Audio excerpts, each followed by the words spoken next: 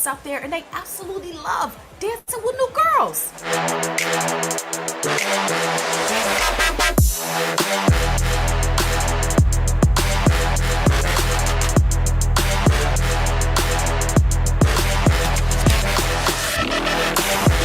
Here, give her this. Tell her at least thanks for coming out. I appreciate it, all right? All right, T. Hello? He left a trust fund for you, and it was payable based on you graduating from dance school.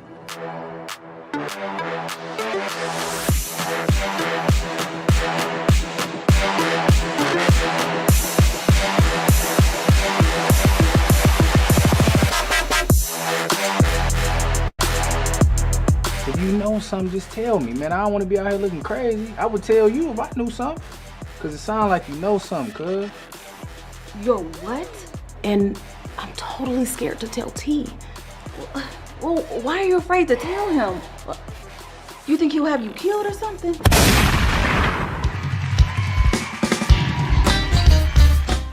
I love my music, but I feel like being a servant is my calling too. Yeah, okay. So like, how do I do them both at the same time?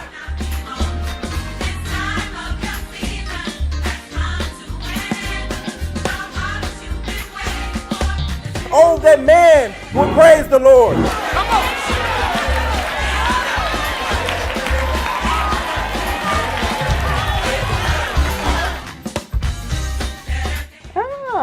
Yeah. Seems you and my brother been spending quite a bit of time together. Oh, he's just helping with the music. Oh, just helping with the music. Sir, listen, can you please tell him that Audi is here? No one gets Do you know any other word to say? Yeah. You do audio? Yeah. Bro, hold my phone.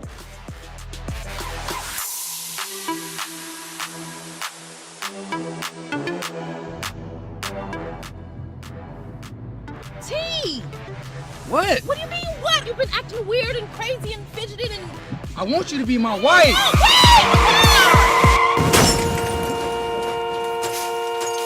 Somebody help! I'm pregnant! Somebody help me! Help quick, baby! All right, just calm down, baby. I got you. Just wait a minute. I'm calling. Oh my Please, somebody help!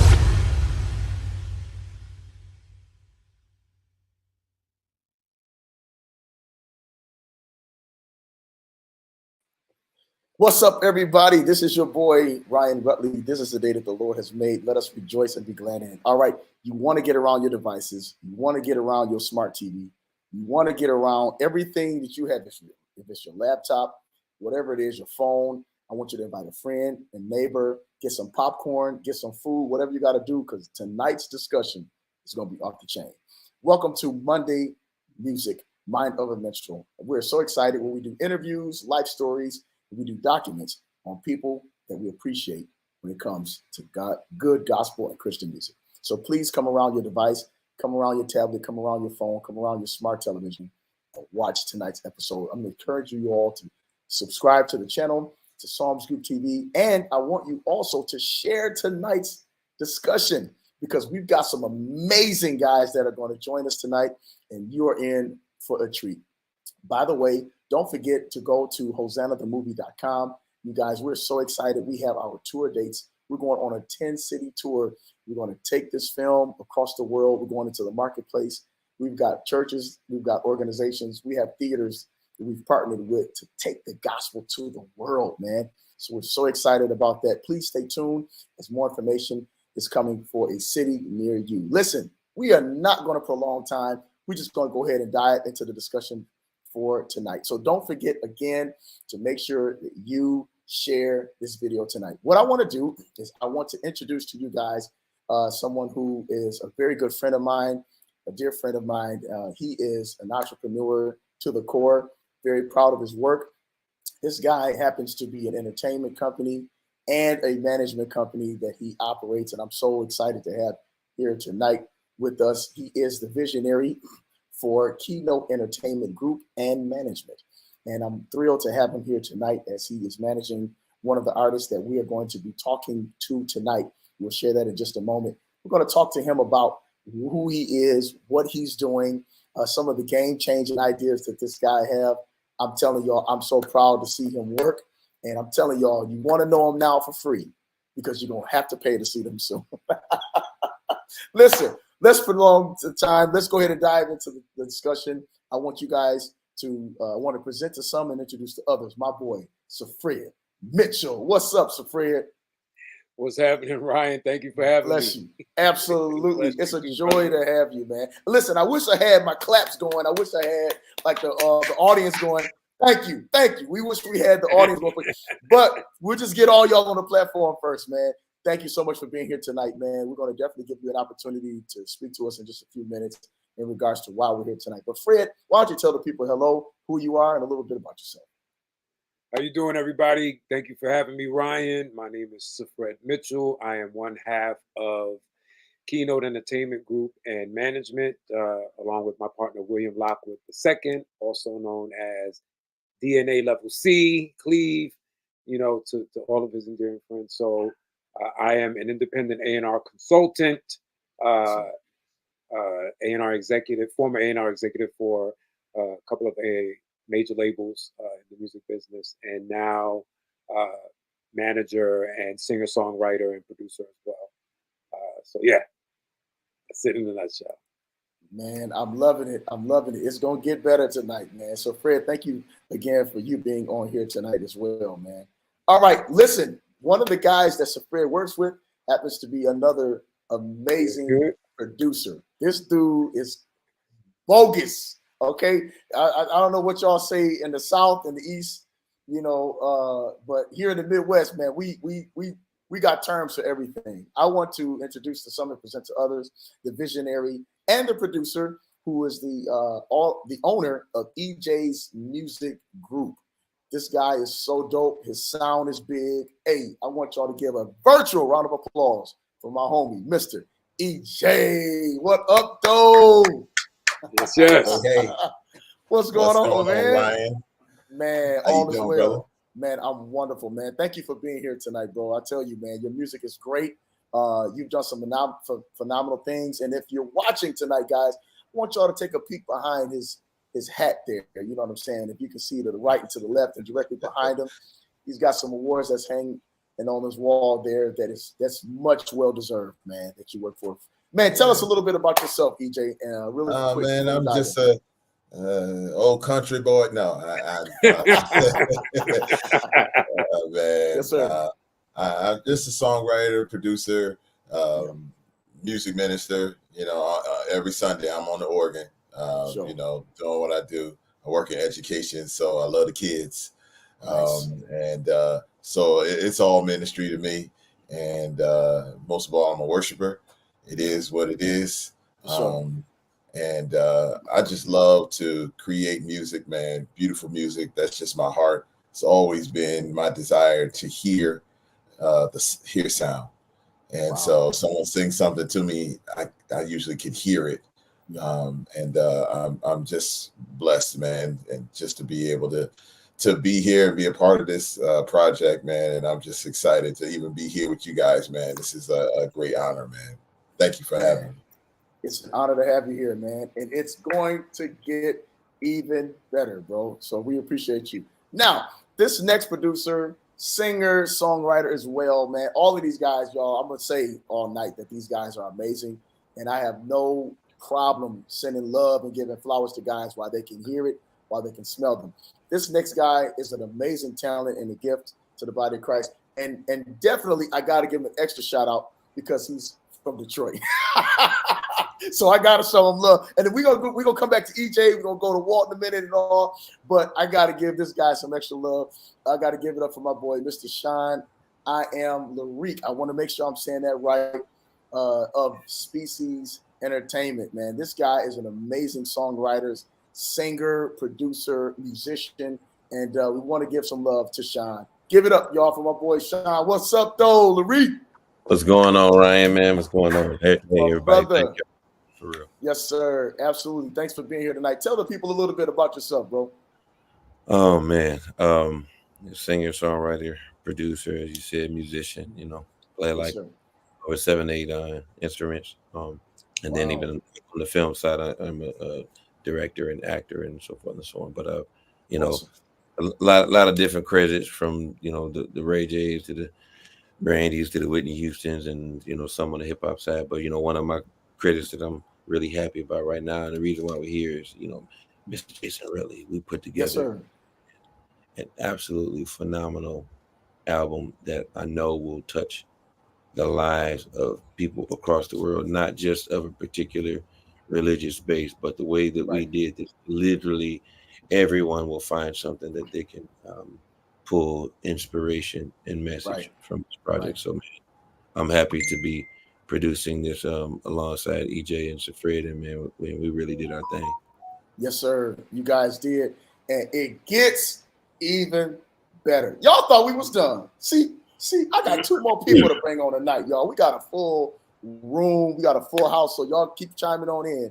All right. This next producer, who also is a very phenomenal producer, great arranger, man. This brother right here, sound is very unique as well. By the way, before we move forward, EJ, we got to give you a shout out. Where are you from, EJ? I'm in Jersey now. Jersey, my man. Okay. I'm in Jersey, yeah. But I'm from Jersey, but I was born in Cleveland. Ooh, you got a little. He was born in Cleveland. Come on here, son. In a little tent. How big was the tent? Oh. Look, Sean about to write you another tune, bro. He about to get you. Hey, you know how we do it. It don't take long. All right. We're gonna dive into that, man. But this next producer, y'all, I really admire his work as well, man. Such a humble cat. All of these guys are humble. If you guys noticed throughout the discussion tonight, just these guys, man, how they approach music. We're going to dive into this a little bit more, but I definitely want to give God glory for also the next producer, who's a great arranger, great writer, great producer himself, man. Y'all give it up for my brother, Mr. Wait. Before we bring him on, he's of Web Music Group. I'm talking of none other than Mr. Walt Berger. What up, Walt? Hey, what's going on? How y'all doing, man? Yes, sir. What's going on, man? I'm just happy to be here, bro. Yes, sir. Walt, man, thank you for being here tonight, man. Tell us a little bit more about yourself, man. We're gonna move this discussion along, man. But tell us a little bit. Listen, I ain't too much to tell. A husband, father, grandfather, and a servant of Jesus Christ, bro. You know what I'm saying? And the Lord let me do a little music on the side. And He let you do a whole lot of music on the side. Now, did you say you a grandfather, man? Man, yeah, bro. What? My kids decided to be just as bad as I was. So, I had my kids young. I got you. I got you, bro. Yeah, so so they continued in the faith. Understand? Don't worry, I got one too. Yeah, okay. Yeah, I was gonna say these are some young, good-looking grandfathers, y'all. Yes, sir. So let me ask you and EJ real quick before we bring on our special guest. Is there really a difference between your child and your child? He already said yes. Yes. So EJ, okay, both Walt and EJ, tell us, what is the difference, man? Go ahead, EJ. What's the big difference? My grandchild, she got a whole lot of attitude and mouth and head movements and personality. And will write you a note when you don't. And she's only 5, but she will write you a note when she's mad at you. Yes, funny. I'm not talking to mommy. Yeah. I got you. 5 for me, it's the level of love. Like you love your kids, right? But like that grandkid, it's just something different. And you just feel like don't nobody know how to love them but you. You know what I'm saying? You like, get out of here, move, come here, bring me the baby. Like, you know what I'm saying? It's just different, bro. And now I see what my parents was going through when I had my kids. I was looking at my mother like, I don't even think you like me. You know what I'm saying? But she loved my kids. So I feel it's the same thing. So yeah, it's crazy. Well, I scared my kids into not having any kids before I was ready to be a grandfather. So yeah. Right. Well, I think my daughter's 30, so I my think daughter's 28, 30. So I think I'm team Fred with that. I mean, although my oldest is only 17, But, Oh yeah, so I got scared him. Well, I was a teenage father myself, and I didn't want that for them. So I made sure. I said, I think good grandfather age is 55. I'm 53, so now my daughter's like, I'm about to pop them out. So you know, your deadline is done. Wow. Right. I try to give my kids list. I try to give my kids like some direction and stuff like that. But know, like baby's always been made the same way. So it just is what it is. And Ryan, one more thing, real quick, before we bring the main artist out, just to let all of your viewers and listeners know that another piece of this puzzle is not able to come on just yet due to a previous engagement, but my partner William Lockwood will do his best to chime in. But if not, William Lockwood II is a long-term collaborator with EJ for many years as well, and they've accomplished so many things. So unfortunately, he's not able to be here, but he'll try to make it if he can. Absolutely, man. Big shout out, Cleve. We see you, baby. We see you, man. And we hold it down. Ohio in the building tonight, Doc. Yes, sir. Definitely. Yes, sir. So we want to take the opportunity, man, to show the grandbaby some love right now, both to EJ and to Walt, man. And definitely, you know what? Life has a way of maturing us and growing us up, man. And so, thank God for all those life lessons, guys. And thank God for you, Sean and Sir Fred. They scared their kids, so we got a little time. You know what I'm saying? We got a little time before we do we'll do the new phase of Bless My Soul. Yeah, right. You know what I'm saying? Yep. Man, guys, without further ado, the reason why we're here tonight is you see all these collectives, man, all of these gurus, these professionals, these anointed, these minstrels, these instruments have come together, man, just to help to formulate the wonderful body of work for the artists that we're going to bring to you guys tonight. And when I tell you this dude's voice is unmatched. Now, I must admit there is a little biasness that I have because he happens to be my third eldest brother. So I got to admit, I got to confess, yeah, he is my brother, but I've seen him sweat. I've seen him put in the work, in the sweat equity, man, of being a great vocalist. And as great and as good as he is, and we consider him to be, he's still never satisfied. I really admire that about my third eldest brother. And I don't want to prolong the time. I don't want to start getting mushy and stuff like that with y'all tonight. All right. But I want to introduce to some, present to the world. If you go to jasonrutley.com, you will find my boy, my homie, my blood, Mr. Jason Rutley. What up, though, Mr. Bless My Soul? What's up, big bro? Hey, man. What listen, up, though? I seen some Fred laugh. I seen some Fred laugh when he said he's never satisfied. Oh my God! Oh, they know, man. Yeah. And these guys already Look know. at Sean. Look at Sean. His head is down, bro. Lisbeth. No, they know. He is never ever satisfied. Look at EJ got both of his hands up. So wait. That's the next song. Never satisfied. Never. Hey, I like that. I like that. Watch out now, Fred. Don't take much. You got 4 creative people besides Jay on here. Yeah. And listen, between Walt, Sean, and EJ, it don't take them brothers much. They got one line, and I give them 24 hours, maybe. They got a whole song. Am I lying, y'all? Bro, we could write a 15-song album in 7 days. Absolutely. All quality. And it wouldn't take 7. It wouldn't take 7. I don't know if my blood pressure can handle it. It wouldn't take 7. This is a 5. It'll take 5. The other 2 we'd just be fooling around and whatever. Pretty much. I gotta check my blood pressure. I gotta check my blood pressure for that. Because one of those days is gonna be this special song. Never gonna like it. Never gonna like it. Never gonna like it. Whoa, whoa, whoa, whoa, whoa. Never satisfied, baby. Never. Hey, I need to get a hat and a shirt that say that. Never satisfied. Never satisfied. Never. That might be your new branding. It might be, man. And the comforter, and the curtain, and the car, and the poster. Listen, let's not add water to the gremlin, please. Man, Y'all, We listen. don't die, we multiply. Right. For real. Right. What we're going to do, guys, we're going to take a quick commercial break. I'm just going to play an excerpt of these songs because, man, to be honest with you, the time that we have, we don't have like to really dissect each one. So I'm going to play a segment of these songs. And, man, when I tell y'all, if y'all watch it, I want y'all to get it. If you like me, you love good music, you're going to really appreciate tonight. All right. You've got one song, one artist, and I think how many different versions of this song, Jay? Eight. Seven versions of the original. So Eight total. Eight total. Right. So it's a total of 8. Man, and guys, tonight we're going to hear a version of each one of these producers, man, how they came together. Actually, we so happen to have 2 of them by Sean, who did the original mix. Am I correct, guys? Yes. And then the acoustical version. Well, actually 3. 3. Okay, got you. On the entire record. Yeah.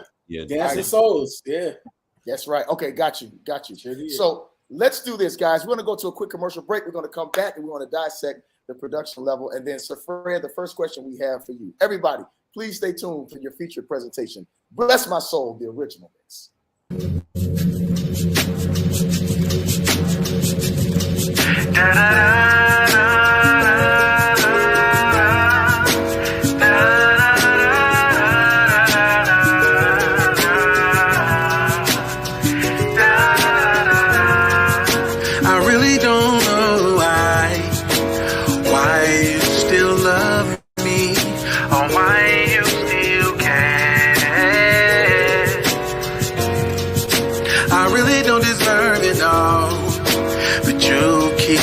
Finding a way to let me know you're here to stay. And I'm so grateful that you chose me.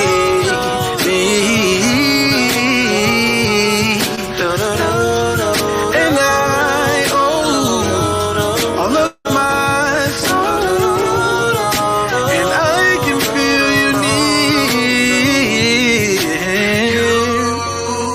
Bless my soul, bless my soul, bless my soul. Oh, you took control, gave me hope, made me whole. Oh,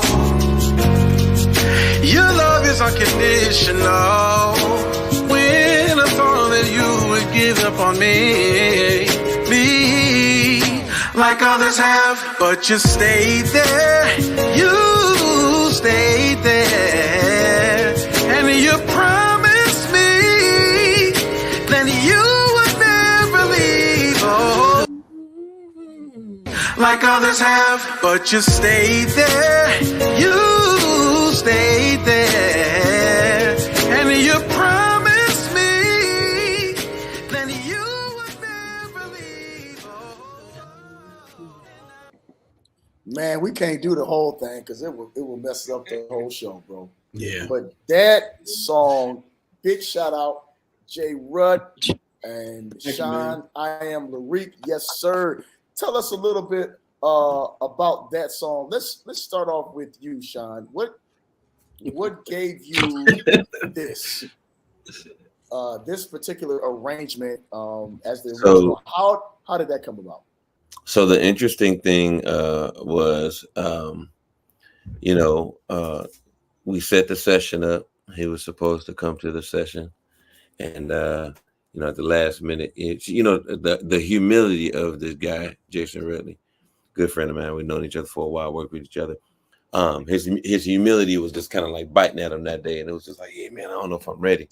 And I'm like, "Man, you gotta come. You gotta come." So I was really forceful about making sure that he showed up. He showed up, did his thing, and while I think we were gonna do a whole nother song, right, Jay? We were about to do a whole nother song, and I was going through my sound selection, as a producer, putting it together, and he was like, "Wait a minute, go back. What was that?" And then that particular sound came up. He was like, "Yeah, play that again." I play it, and then next thing you know, he was like, "Let's go in that direction." So we abandoned the original direction and got to writing. you know, I'm real big on melodics. I got so many things in my background from the Take Sixes to the Boys to Men's to the Commissions to you know, you name it, and you know, Brandy, people like that. So really the music, as I started adding more instruments and everything, putting together, the music just came together, and I mean, if anything, I could say God touched us, and man, it just everything flowed. None of the songs, you know, were forced, you know. So that's how it came to bear. And that song, we put it out. Of course, there wasn't much promotion behind it, but we were proud to have, you know, set out to do a go accomplish it, put it out there, and it's still a timeless piece. And you know, like portions of the Bible that, you know, we get to it, like such and such begat this and begat that. Well, this begat that and begat that, and then that begat that, so forth and so on. So, you know. Man, I'm gonna be honest with you, man. Like leaving the studio that night, and I never forget, we had some fresh snow on the ground. I was driving home. Probably took me about 45 minutes to get home. And I was just, the feeling that I had, how proud that I was of how I sounded. I'm like, man, I've never sounded this good. You know, Sean just got these great plugins, man. It wasn't even mixed yet, mixed or mastered. It just, it was clean. It was straight to the point. It was like the message was there. It was clear. It just felt so good, man. And I got to shout out Rick, man, because he had did my first single. He did my very first song, Always There, in 2013. And then fast forward, I think we put out Bless My Soul, 2019? I think it was 19, like right before 18 or 19. I think 19. 6 years later, man, it was a whole different sound, a whole different vibe. My voice had, you know, got a little better, matured. Sean had been, you know, clearly working on his production and sound, and it man, I just remember feeling so proud of how it sounded, man. And I was just very proud of it. Absolutely. And this question will go to Safred. Safred, what do you, and maybe it's a two-part question, what do you look for in an artist? And are those the things, and maybe you can kind of circle that around what you found in Jason that is marketable, that, you know, that sometimes when artists, when they see things like this, it's kind of like, well, how come I haven't gone this far? Or how come I don't have producers like that? Why I don't have managers like that? What's wrong with artists today, man? You can even talk on that. Ooh, that's so broad. That is such a broad question, and there are a lot of chapters to that book. Okay, you know, because I'm a product of the 80s and 90s music industry format, and obviously over the course of the past 18 years, with the internet and social media, things have changed. Everything has evolved, and you know, things are easily accessible. So a lot of the ways we normally would do things at a record company has changed now to how people can do it. You know, music is very easy to dispense into the cyber world. You know, you can put a record out tomorrow. You can record it in your bedroom, put it out tomorrow, and see where it lies. But I think what I think with artists these days, the fundamentals of artist development, it's not enough to do music. It's not enough to know that you're a good singer or a writer. You have to have purpose and intention behind what it is. You have to have a clear vision as to, you know, an identity. Who is your identity? Telling me that you sing is not good enough for me. Because if I'm already drawn to somebody because of their vocal ability, now it's how do we package this? How do you present yourself? You know, you're a product. It doesn't matter what you look like. You're a product from head to toe. Your presentation is equally as important. So I want to work with artists that are one of the few, as opposed to hundreds of thousands of the same. You see what I'm saying? You know, so good. You know, and what drew me to Jason initially was Sean called me out of the blue, and he said, I need you to hear something, and put me on video. And I listened to, I don't know if it was on video first or if he sent me the song. Yeah, it was video. And then I heard the song, and I was like, what is this? You know, and he introduced me to Jason and gave me the opportunity to give me whatever the critiques I had for the record, which I really didn't have. I think lyrically it was good. The message behind the song was profound. And I think that was a message when you're talking about, when you're speaking about blessing my soul, what you've done for me, it resonates because there's so many people that feel like their lives are blessed in many different ways. You know, so what I liked was the song, and I said we got to work with him. And then from that point on, we built the rapport, we built the relationship. I contacted my partner. My partner was like, "Oh yeah, we got to work with him, figure out what we're gonna do." And I came up with this crazy plan, because in my head I knew that the record had already been out for about a year, I think. Gotcha. Right? A year.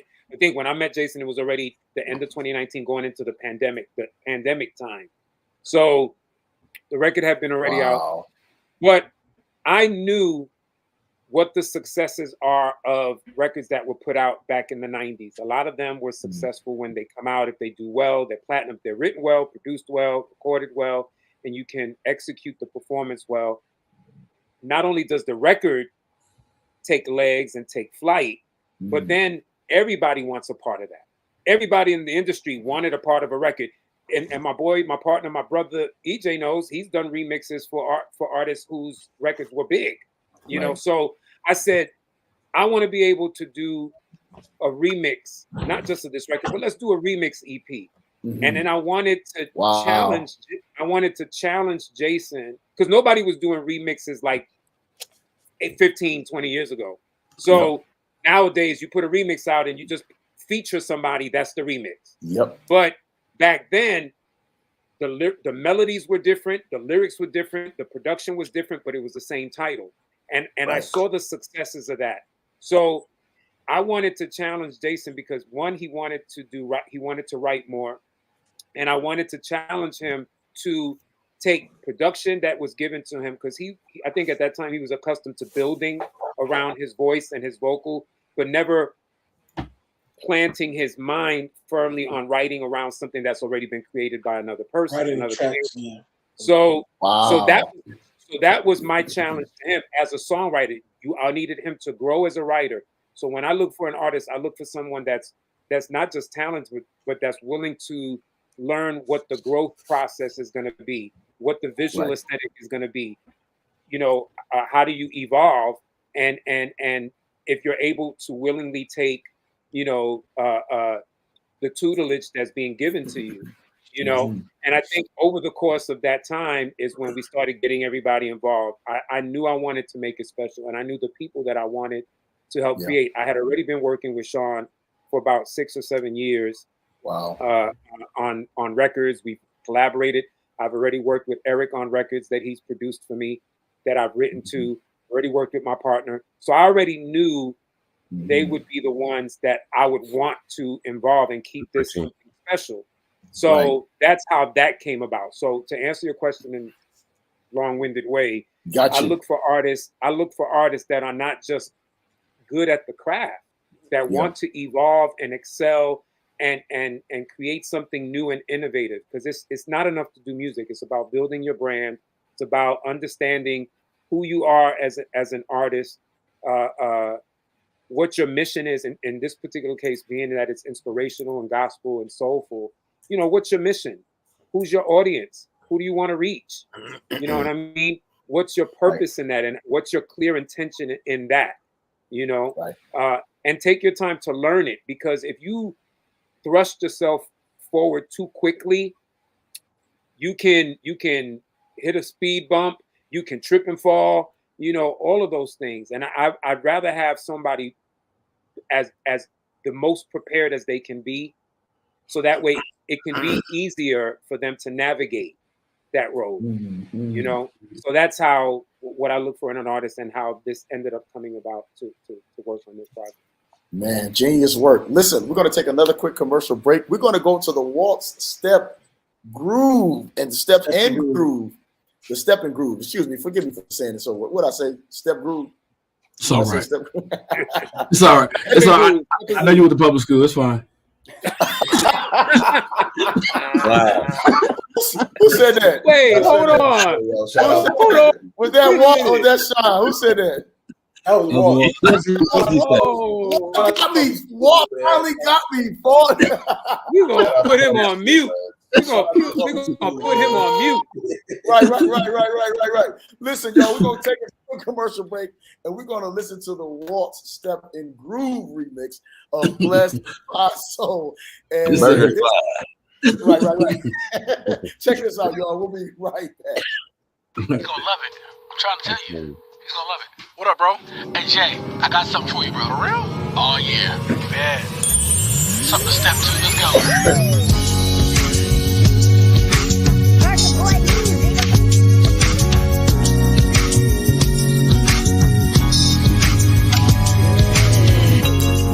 When I think about the time we share, oh, no other feeling compares. You make me feel like a millionaire, not a worry, fear, or care. I'm so grateful that you chose me. You took the time and picked me out when you didn't have to. And I owe all of my soul. I can feel you near. You bless my soul, bless my soul, bless my soul. You took control, gave me hope, yeah. Step with me, step with me. Step with me, step with me. Your love is unconditional. When I fall, then you would give up on me, but you stayed there, yeah. God, just stayed there, and you promised me that you would never leave me. And I'm so grateful that you chose me, that you chose me, that you chose me. And I owe all of my soul, and I can feel you near. Bless my soul, bless my soul.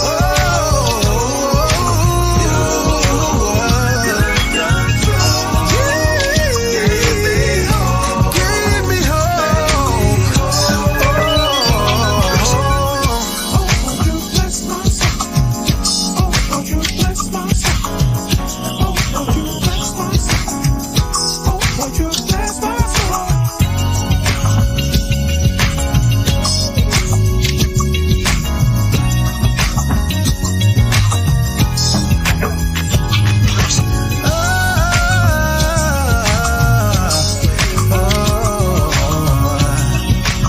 Everybody just do yourself,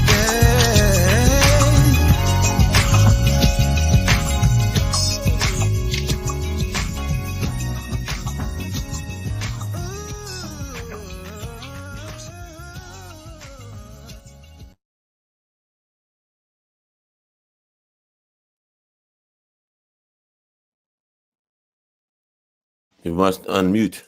Oh, so yeah. Ryan, you muted. Ryan, you that's that public school. Bam! I had to wait to say the best for last. You was just talking. He just talking. Was I like? I see you. Hey, wait. Listen, Listen, I was at the top of my class in public school. Oh, wait. Shout out to public schools. Hey, man, shout can I out. say something about that record, Ryan? Go ahead, New Jay, York go City ahead. Public School. There you go. That's Hey, right. I just want to say something about that record real quick. Please do. Jay. So it was a lot of stuff going on. You know, when you're dealing with different producers, different time zones, people got families, life issues, things happen. There's so much stuff that was going on. at the time that we were trying to get Walt's record. That was Walt's record there. Yeah. And shout out to man, Walt, man. yeah, man, it was some stuff that was going on, man. It was so many things that almost didn't make the EP, like the album. Yeah. And I was like, I reached out to Fred. I'm like, man, let's make one last ditch effort to try to get this. Like, I feel like this record is going to be one of the special records. They're all special in their own right, but it was just something about this record, and I'm like, we got to get it on here, man. And so Fred agreed. He was like, yeah, we got to figure it out. And then eventually it got to a point where it was just like, you know what, it's just not going to work. And then so Fred had to pull me back out, like, no, let's make another ditch effort. It was just so much going on. He's never satisfied, guys. Right. Well, part of it, I didn't want to say it, but part of it was, Walt, that you got your laptop stolen. So we had to redo the record. We had to remake the record 3 times. Yeah. 3 times. 3 times. What? Yeah, so I didn't know if I could give specifics. That's why I was just Hey, listen, it's a testimony now. Praise God. You know what I'm saying? Right. Listen, I didn't know the Lord wanted me to upgrade my equipment that bad. But obviously he did. Yeah. So, it was I'm not it is and I was just like, and so I just said all that to say that not to give him super extra praise or anything like that, but to be honest with you, that has been the most, because I keep up with because it's 8 songs, right? So I've been getting tagged in the reels when people use the songs for reels. Oh wow, that's been the most used song for reels so far because it's not over. Right. And what else was I gonna say? Oh, they created a line dance for that song at my Arizona CD release, album release. I saw that. Because we did 2. We did the Detroit one, and then we came back and did it in Mason, Arizona. Mm-hmm. Right. And they created a dance for that one. And so I've always felt a special place in my heart for that song. And it's funny, Walt started the song off like, hey man, they're gonna love this one. They're gonna love this one. It was a little phone conversation between me and Walt. Walt was like, hey, they're gonna love this one. They're gonna love this one. They're gonna love it. Watch. Right. Yeah, what up, bro? Hey man, I got something for the Steppers, man. Oh, for real? Yeah. Let's go. Yeah, because Jason wasn't originally sold to a Stepper song at all. So like, he was just like, "Huh? You really think that way?" I'm like, "Bro, I'm trying to tell you, like, Steppers, No. Okay. Usually range. Okay. So this is how that went. So just to clear that up. Yeah. So Fred. Okay. So me and Fred had first talked about doing an EP. It was just gonna be an EP. Right. So I think Fred was only gonna be like 5 versions. Right. And then it grew from there. We were like, okay, let's do Steppers. Okay, let's do Skate. Let's do this. So I think, Walt, when I first reached out to you, I was like, let's do a piano version. Wow. Right. You just want to, So that's what happened. And then I think through, like you're a very groovy dude, which is why we got, why it's called Walt Step and Groove. So I'm like, man, I don't know, man. I don't know if it was your idea or my idea to do the Steppers one. So the piano version came because I sent you a video when you first released Sean's version. Okay. And I heard that. And I was like, I was just playing and singing like you left my and I was like, what gotta do you know what I'm saying? And I was like, bro, like thank you, bro. Like, cause that song, I ain't gonna lie, it ministered to me. Like just the simplicity of it. But it was just like, but it was so heartfelt. You could tell like the emotion. And I'm a fan of Sean, straight up. This guy right here all the time. He be like Reek, man, and Reek is that guy, man. I'm a fan. Like, you know what I'm saying? I tell him all the time, like, bro, you're amazing. You know what I'm saying? And I was like, and you know what I'm saying? I actually originally met Jason 2013 in Cincinnati, Ohio at the I Hear Music in the Air. He was singing a hook for his brother. You know what I'm saying? B-Rut. Yeah. And I was like, man, this dude got some pipes. But like it was cool because him and his brother, they was just humble cats. Like we all was out here just grinding. I was playing for a group at the time. And I met him. We just kind of stayed in contact. Nominated group. Yeah. Monsters, man. Yeah, but you know what I'm saying? So but I was share that name. You care to share that name? You can bypass if you want to. You can bypass. Walk in them.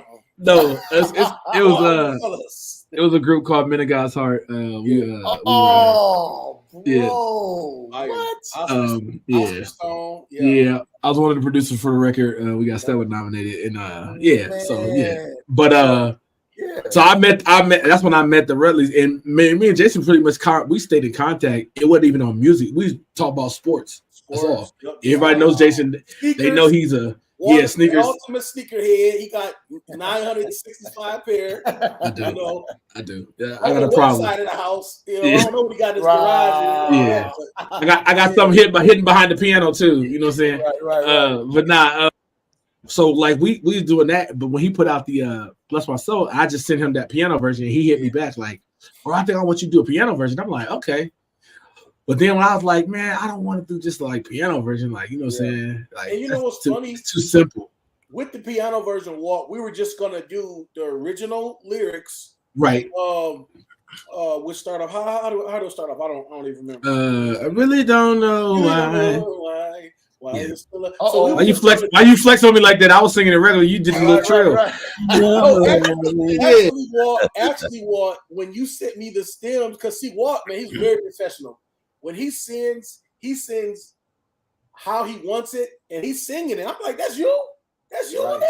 He was like, yeah, man, I'll just do a little something. You know, audience, I'll just do a little something. No, I'm not a Jason. Like I'm telling you, Jason. No. But you know what though? Even in the Steppers record, the which part? Oh Lord, you bless my it's several variations of several things in the song that I did. I just recut it, but it was his idea. Like he added vocals to certain parts, added ideas, and even when he sent his initial dummy vocals over, I'm like, man, I like how he did that. So it's just certain things that I every time he sends me a track or an idea, he sings it. I love how he does it, and then I end up doing it that way because I hadn't got that far in the creative process. I just like what he did. And let me just add this though. When I first heard the piano, I only heard a snippet. I didn't hear the whole thing. Jason wanted me to hear what Walt can do. He said, "Man, I got this guy Walt. I want him to work on a record." When he sent me the snippet, and it was the same a cappella of the original. That's when me and Jason was like, nope. He was like, yeah. I was like, no. I was like, I want every record to be different. So if he's gonna do a piano, I want you, because that was when I was challenging him, and I was telling Sean, I had mad conversations with Sean about he needs to write every song differently. Y'all need to write every song differently. I don't want to hear the same record, even the verses, because I wanted the original to be its flagship. I want it to be the staple. And then I want everything else to take wings of their own. So then he was like, okay, I'll tell him. But then fast forward, somebody scrapped the piano version. All of a sudden, boy, we decided to do a Steppers record, because the Steppers is the Steppers.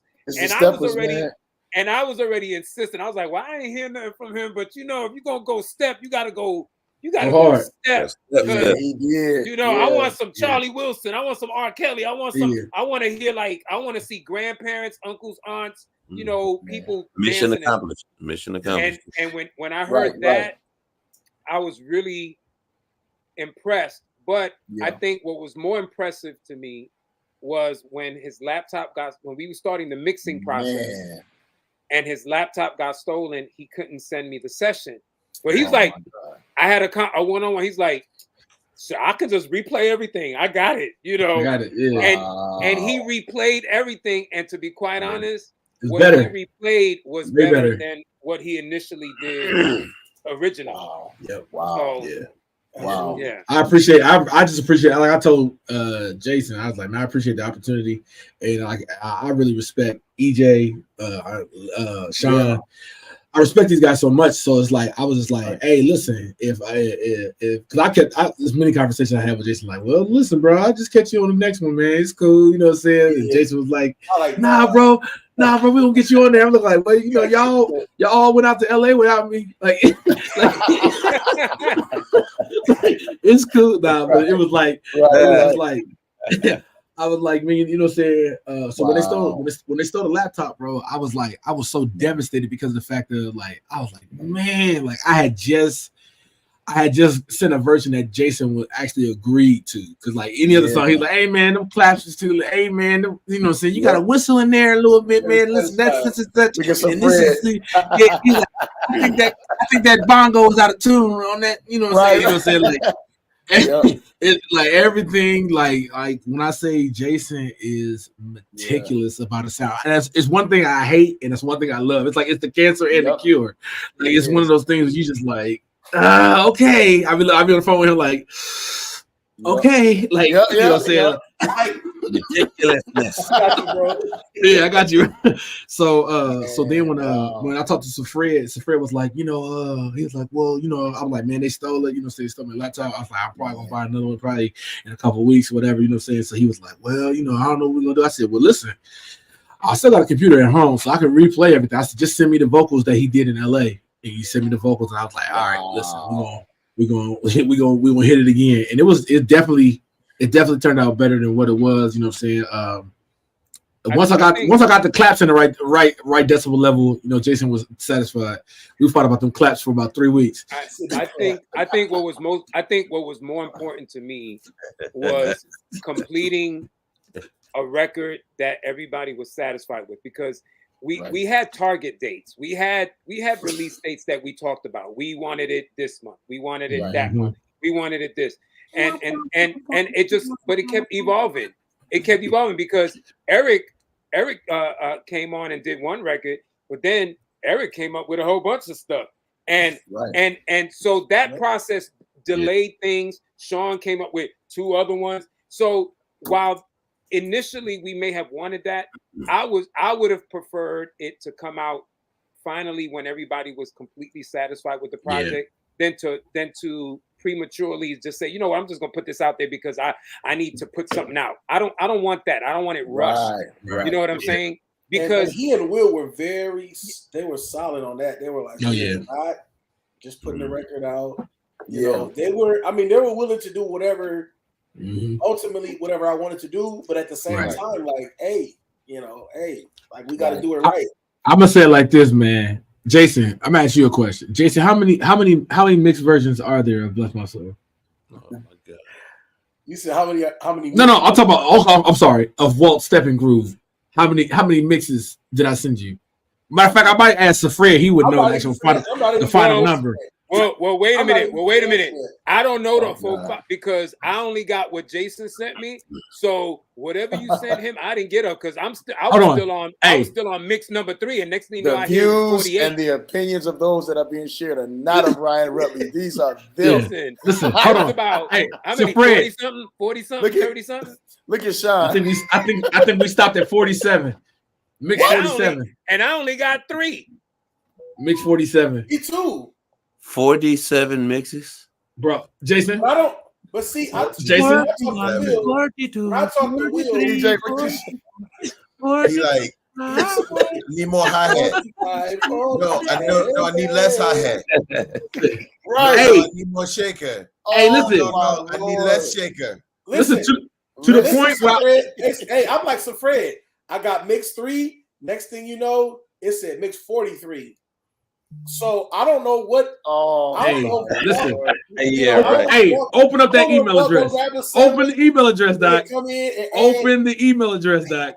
Open your email address. I know for. But you know what though?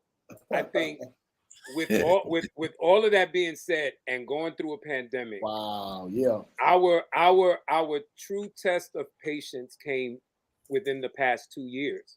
Because there was so much going on in the country and with all of our lives and how it affected, I'm sure, everybody individually in different ways. So if it went through that process, it as taxing as it could be, or as tedious as it could be, or as frustrating as it could be, we got it done because we all can agree. My brother here, EJ, Sean, Walt, and my partner who's not on here. The one thing we could all agree is that Jason will always say, what does he say? Can y'all raise all of that up? Can you bring it all the way up? I need Can you bring it all the way up? I need it all the way up to the roof. To the roof. I need my ears to bleed. I want you to throw my balance off. I need my lead vocals, my ad libs. I need it hot. In the house, I need everything loud. I found out what hot was. I didn't know that term. Hey, when you get that wave and it's just one block. Right. Wow. You can't even normalize that stuff, man. When you mix peaks, no valleys. It's like a house. It's just built. But I think ultimately that's part of the growth of someone to absolutely. learn the recording process inside the studio, learning how the mechanics of the construction and the creation of the work and the sonics of it all, right? How it can affect you. You know what I mean? It's okay to understand that you can interpret the song, sing the song, add all of the nuances and creative arrangements to it, but the sonics of it, that has to be masterfully done. Otherwise, all you're gonna hear is a lot of distortion in the record. You know, so and I'll say that whole process with messing around with Jason, like as far as like tweaking the mixes, it stretched me, but it actually grew me too. Like I can't lie, like after dealing with, because at first I was frustrated, you know what I'm saying? That's real. I was like, bro, like, dude, I'm trying this. I felt like Tyrese, like, what more do you want from me? Like, what do you want from me? And then too, you got to understand, like the team of, the keynote team consists of Fred, Will, and myself. Right. So that's 3 heads. Right. That's 3 heads. That's 3 different ears. Yep. And I just got to give a shout out to EJ, man, Will, and Walt, because our mixing guy as well, mixing master guy, because mixing guy, because y'all are taking Jay Jennings. This is the first time that I'm, and I know what I want to hear. But we're not sitting in the same location. No, we're in different time zones and everything. Exactly. Me and Rick, now me and Rick has done a lot of work together, sitting in that very studio that he's in right now. Yeah. But now that I'm in Arizona and he's in Michigan, like I miss what we had, because that in-person connection and chemistry is unmatched. Like me and him is Batman and Robin, Kobe and Shaq, Jordan and Pippen, like hands down. When it comes to writing, Laverne and Shirley. And that we are the number 10. Listen, right, the number 10, right. Little big fella, round ball, right. But me and Reek, man, listen, man. I love this brother, man. It's crazy, man. Wait, can we go back to, he said the number 10? He did. He did. Imagine that. I can't. That just went over y'all. I just let that fly. I caught it. But Reek has sang, he's literally sang on every record that I have. Wow. Is he on there somewhere? Yeah. You ain't got to think about it. He on there. You'll find it when you'll find it when you get to it. Awesome. So that chemistry. So I just got to shout out all you guys, man. We're in different time zones. Wow. Eric is a minstrel, a maestro, master. Not a minstrel. Master. Well, the other minstrel. Right. You know what he's talking He's about. a maestro. He's talking Bible. He's not talking about the court gesture. Yeah. This dude is a professor. Nor the Maxi. He was not talking about Maxi. Right. Like, family man. Like and this man did 3 whole records, man. Yeah. Wow. And 3 different type of records. He did an island version, bro. Yeah. And I fought for that one. We see the flag. I am not even from the islands. And he did no, neither am I.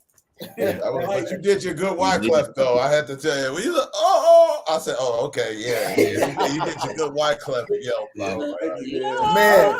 I had a blast doing every record with these cats. It wasn't hard. It was easy. It was fun, man.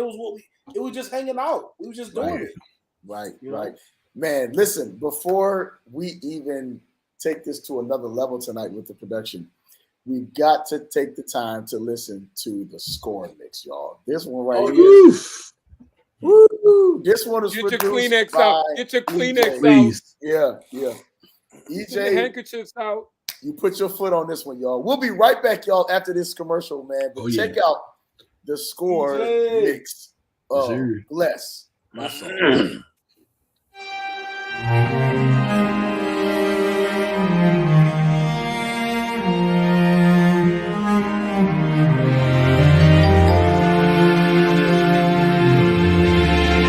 Sunlight, shine bright, send rays of sunrise down to warm my soul.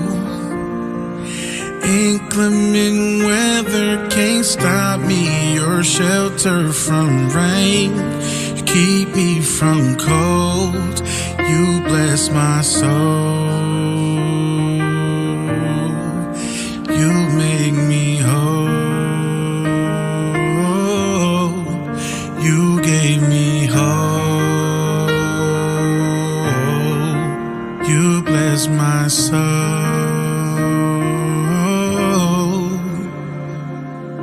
Morning, midnight, you bless me at different times as I come and as I go. Your angels cover me, they work together like a symphony. A conductor placing each note. You bless my soul. You bless my soul. You bless my soul. God, you bless my soul. God, you use your paintbrush and you paint me a picture using colors, colors of love. The canvas was empty, but soon it'll be a masterpiece when you place the final stroke. You bless my soul. You bless my soul.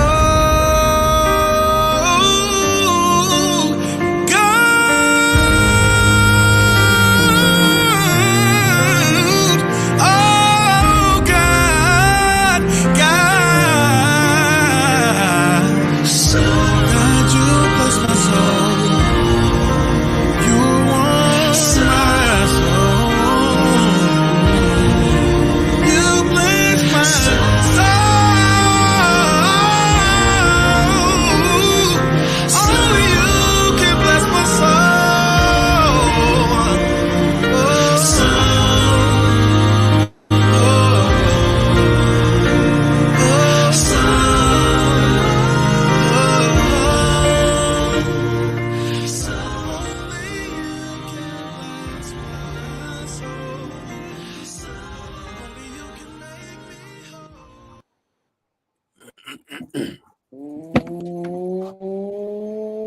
Ooh, are y'all crying? Are y'all crying? Who No, got my tears in eyes their sweating. eyes? My eyes Oh, sweating.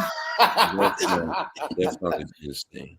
It's oh, literally. EJ, real quick, man. Sheesh.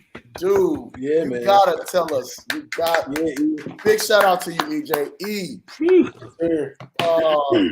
Dude, what? He's not from here either. Okay, No. yeah. I don't even know what to ask, man, because every last one of the Bless My Souls to me has a very unique anointing. And I noticed that about the original one, Sean did. I noticed that about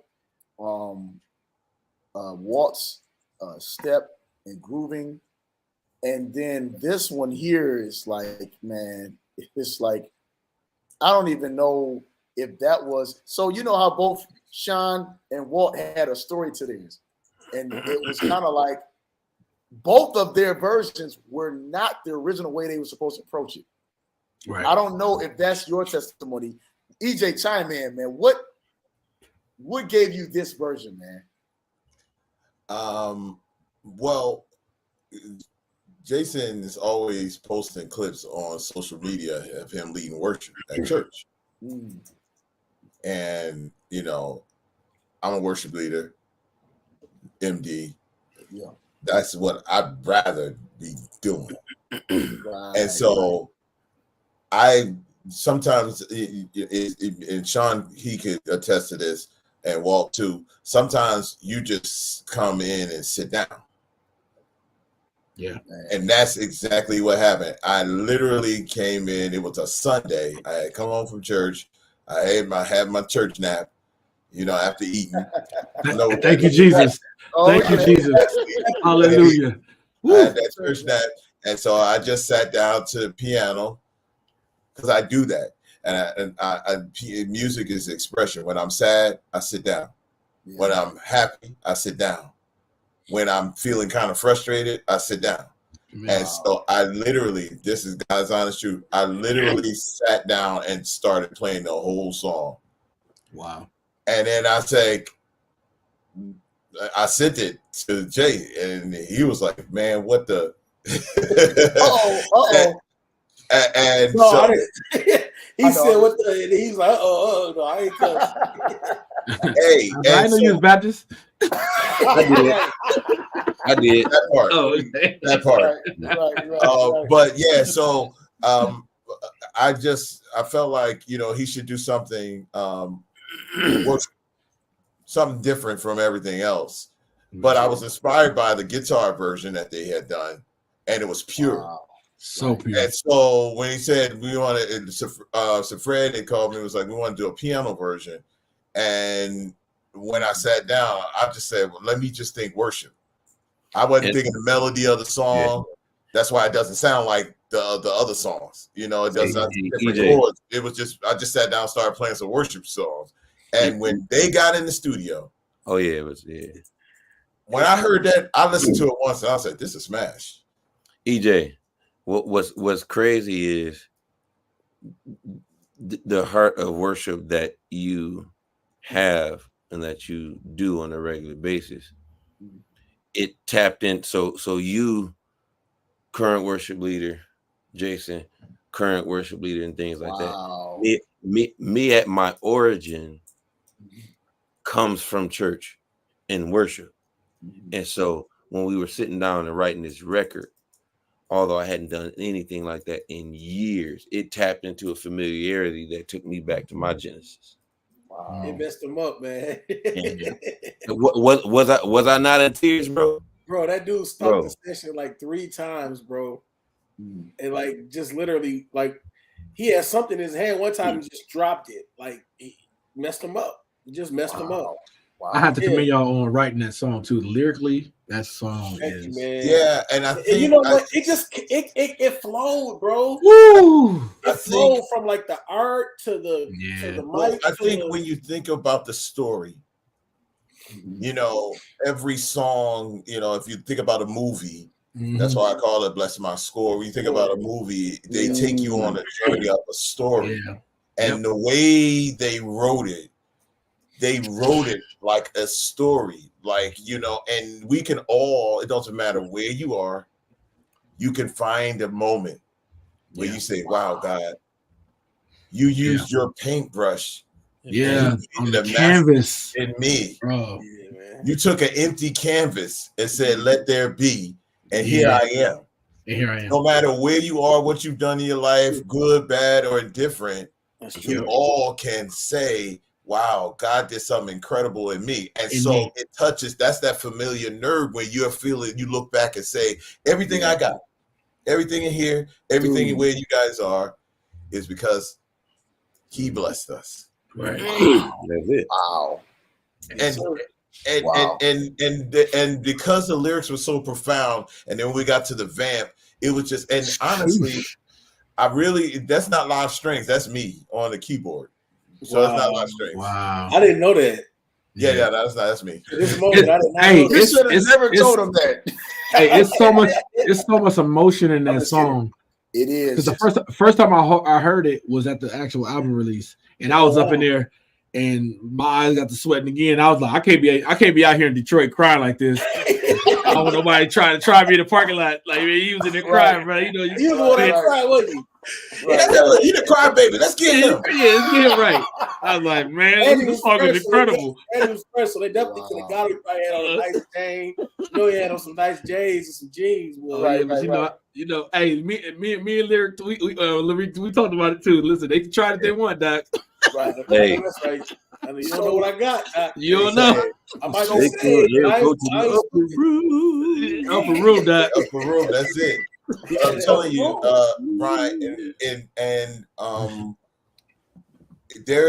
I believe that music is a conversation. Yeah. And as he was singing, there's a cello line in there. There's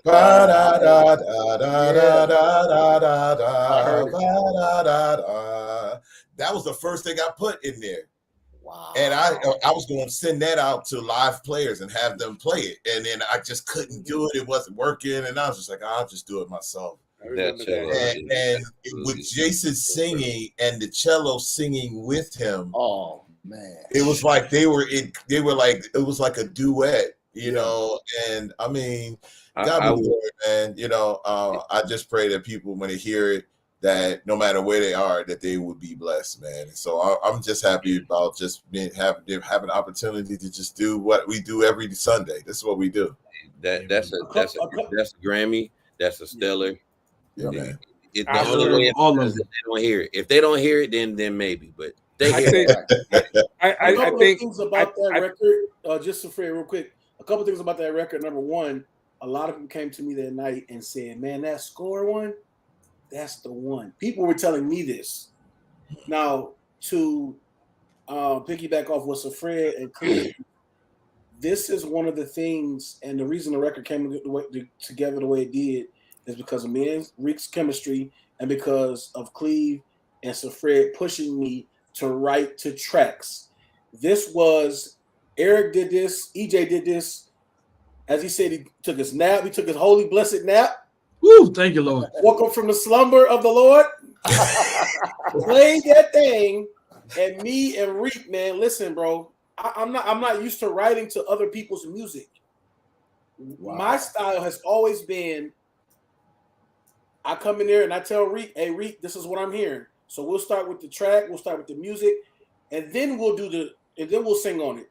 So I'm not used to doing somebody else's melody, but the melody was so, I don't even know what to call it, holy or whatever you want to call it. It was just so righteous. Pure. It was pure, bro. Pure that we just, bro, it literally happened. One of the things, and we bouncing ideas off each other, and everything just, words just came and flowed, man. And shout out to Pocket too. Pocket was in that session, one of the sessions. Yeah, one of the things that I wanted that I thought was important for the project as a whole, because like you said, Ryan, earlier, every record has its own story, right? And Eric said the same thing. Music is a conversation. But I think with the score, I wanted to create a moment, something climactic. And we're fans of many artists that we watch perform. We have up-tempo records that are really hot records and stuff. But there's always that one record that creates a dynamic moment, that keeps people quiet and attentive, because and you want them to feel something spiritual. And that's what I wanted. And many times when Jason, I think there was like maybe 3 sessions that Jason had when he started getting into the mindset of writing a lot more and developing more, he would call me outside of the studio before he even walks in to work with Sean to sing me what he wrote. This is what I came up with. Like he would probably have like a verse or a few lines and like, what do you think of this? What do you think of that? And then he would play the song and see where it goes. And I knew whatever advice I gave him to go to what he was creating, I wanted it to be authentic. I wanted it to be genuine from his spirit, not something that someone else crafted. Because one of the things I told him was like, I'm not going to tell you how to write this record, but I'm going to tell you that you need to feel whatever it is that you're creating. And so when we had that conversation, then he goes in probably about about an hour and a half, 2 hours later. That was Baptist there. Listen, look. I'm sorry. Look. That's that Harlem Baptist Church. Harlem Baptist.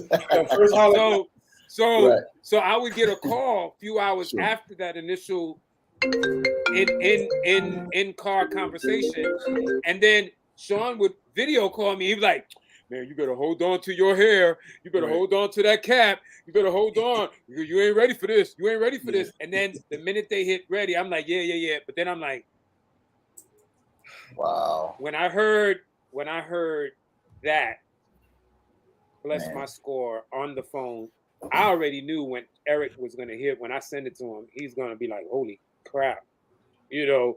And so that's, I guess, what I'm in a nutshell. What I wanted was every record, but that one in particular is important to me because I really feel that you get a really sense of God in that record. God is in every record, right? But on that record, I feel like I'm really standing in front of him, having a conversation. That's what I feel, man. You know, dude. So with that being said, let's go just a little deeper before we end tonight's discussion, guys. We got maybe about 10 to 15 minutes left, and we can. I definitely want to honor your time, and I first of all want to give you guys a shout out. All of your versions are amazing production, amazing writing, amazing arrangements, and if you did 43 mixes on one version, I can only imagine. But this is the question I have for. Let's go to the producers real quick. What is, from top to bottom, your production process? What is the normal process? Maybe if you want to give shout out to some of the software, the hardware, your go-to. If you want to share some of your secrets with producers, let's start with you, if you don't mind, Walt, and then we'll go to Sean, and then we'll go to EJ. Well, I mean, it all starts with an idea. You know what I'm saying? So it might be a melody line, but when it's time to actually sit down and produce, for me, it's always gonna be the drums. I have to start with drums, and if I have I don't know, about 10 or 12 hard drives just full of drum samples from like MPCs I had, or like this is, and I'm very big on eras. Like if I have a song, I'm like, oh, this sounds like some old Babyface, some early 90s stuff. I'm not going to use no new drum samples. I'm going back to get that ASR 10, or I'm going back to get those, send them Lynn drums. Say if I got one that I want it to sound like Prince of Revolution, if I'm doing whatever it is. Because to me, like once you captivate the era, as far as like the heartbeat of the song and the drums of the song, everything else is simple. You know what I'm saying? Because within sound scopes of sound designs, not much has changed. Like, what I'm saying? Either you're going to have, a piano is going to always sound like a piano. If you're going to use that EP, that Babyface EP, DX7 EP, not much has changed within that. But drums and maybe some bass type stuff that you always want to make sure that you lock in if you're trying to do like a particular era type of song. But for me, my process is always going to be I'm gonna start with the drums, and I just build a foundation of drums, bass, and then I'll go to like chords and sounds and everything like that, and all that stuff like that. And then it usually starts off as like maybe like a 4-bar loop. And then I'll get into being technical as far as like building like the chorus or the verse or something like that. And usually with the verse, the 4-bar loop is pretty much going to be like your chorus, and then I'll see what can I take away, or how can I change this to make this a verse or make this a bridge or stuff like that. There are too many tools other than that to I have keyboards just all up the wall and stuff like that. And my wife, she says she be walking in there all the time like, why don't you sell one of these? I'm looking at her like Joe's wife, like, you talk like a foolish woman.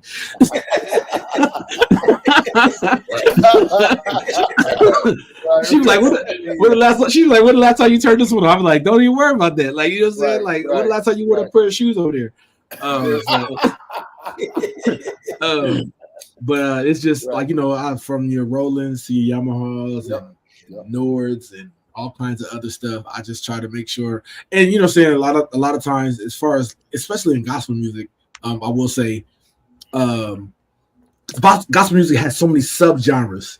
So you could be doing hip hop, you can be doing R&B ish, You could be doing choir music. You can do praise and worship. You can do CCM. You can do all these things. I know with my guitars, I will give a shout out to Music Labs.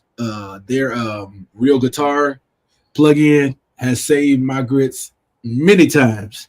Wow. I'll give them a shout out in Keyscapes, of course, Special Sonics Keyscapes and Trillion bass and all this other stuff, all kinds of other plugins. And I've really just really got opened up to the Universal Audio's library of Doc. Listen, so that's the life, Doc. Once I opened it up to that, I was just like, oh yeah, I'm never going back to anything else. Like this is just I found my mecca. So it's the process is always usually if I'm working with an artist and they say, hey, I got a song, such as I'm like, okay, well, I need you to sing the song into your phone, into your voice note, and send it to me. And they'll send it to me, and then like from that point, I'll do like a creative thing like that.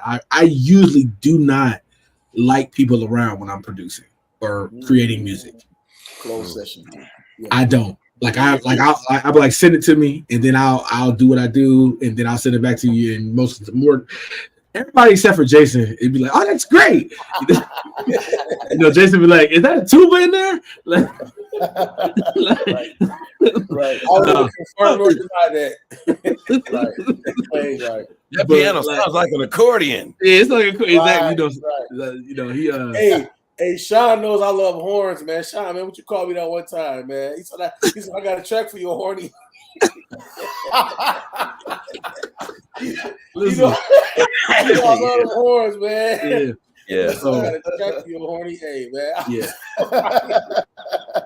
I usually don't bring nobody into the studio until it's time to cut like vocals or stuff like that. That's when y'all can come in. Gotcha. But like, I mean, that's my preferred process. But if I have to have somebody there, I'll just be like, okay, cool. Because like saying when you're a visionary, and a lot of people don't understand. Like sometimes people have an input while you're actually cooking. Like even if you're cooking food, like so you got somebody like. That's too much salt. Don't put so much. Is that garlic? Saying you sitting there like, man, shut up. Just let me do what I do. Like, saying? Like, do you want these eggs or not? Saying? Right. And it's just like one of those type of deals. So it's like you get frustrated, but I mean, if I have to. What's interesting is I'm actually the exact opposite. Wow. Many times throughout the my career in the industry, I have been in situations to where I'm put on Front Street and it's tons of people there on site and it's all eyes on me. And then it's just like tons of people in my sessions. I don't know. Hey, I gotta perform like on spot. So I mean, if it's 100 people in the room, I kind of actually feed off of that energy. Mm-hmm. And then the other thing is that's the opposite. Like with Walt, what he was saying is. I actually I started off on the drums at, like that was the first ever instrument that I played. So for me, I always go melody first, some type of melodic. Mm-hmm. And then, how I want to approach it off of the melodics, the drums for me is the last thing. Okay. But what this shows is when it comes down to music, there is literally no right or wrong. Absolutely. Right.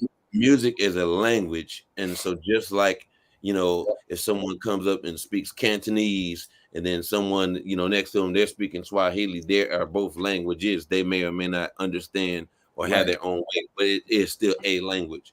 Right. So I just find it interesting how we can have so many different backgrounds and so many levels of experience and be able to approach something so pure and so beautiful. And then the difference is melded together in such a project like this. And be so harmonious that it's a lot to unpack in that. If people will really look into the depth, they'll see it's not one way. So it's not about looking and judging and saying my way is right or your way is wrong or any of that. Right. They come together, and we from all walks of life, all different parts of the country, all different have came together and created something just out of this world. Yep. Right. And these guys are and listen, we're working on we're working on my debut album. Because this is the remix album. These guys are all going to be a part of that album as well. That's going to be fire. And listen, it's songs that I'm writing right now. Thank you. Cleve, right, of course.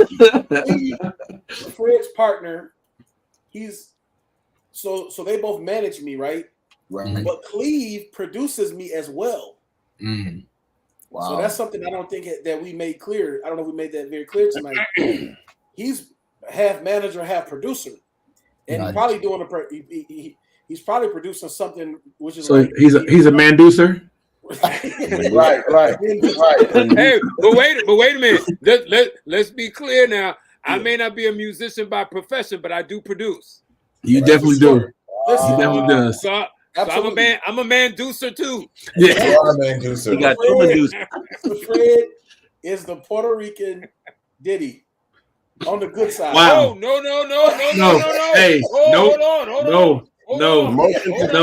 Yeah, motion to strike. Strike it from the record. Strike it from the record.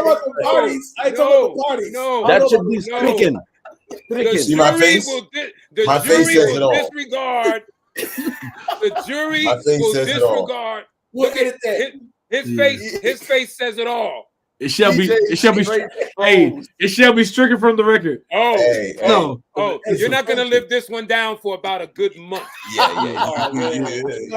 You just stepped in it, yo. You stepped in the You done gave me the You just stepped in the diddler manure, chain. bro. I'm wearing the diddler chain. Oh no, man.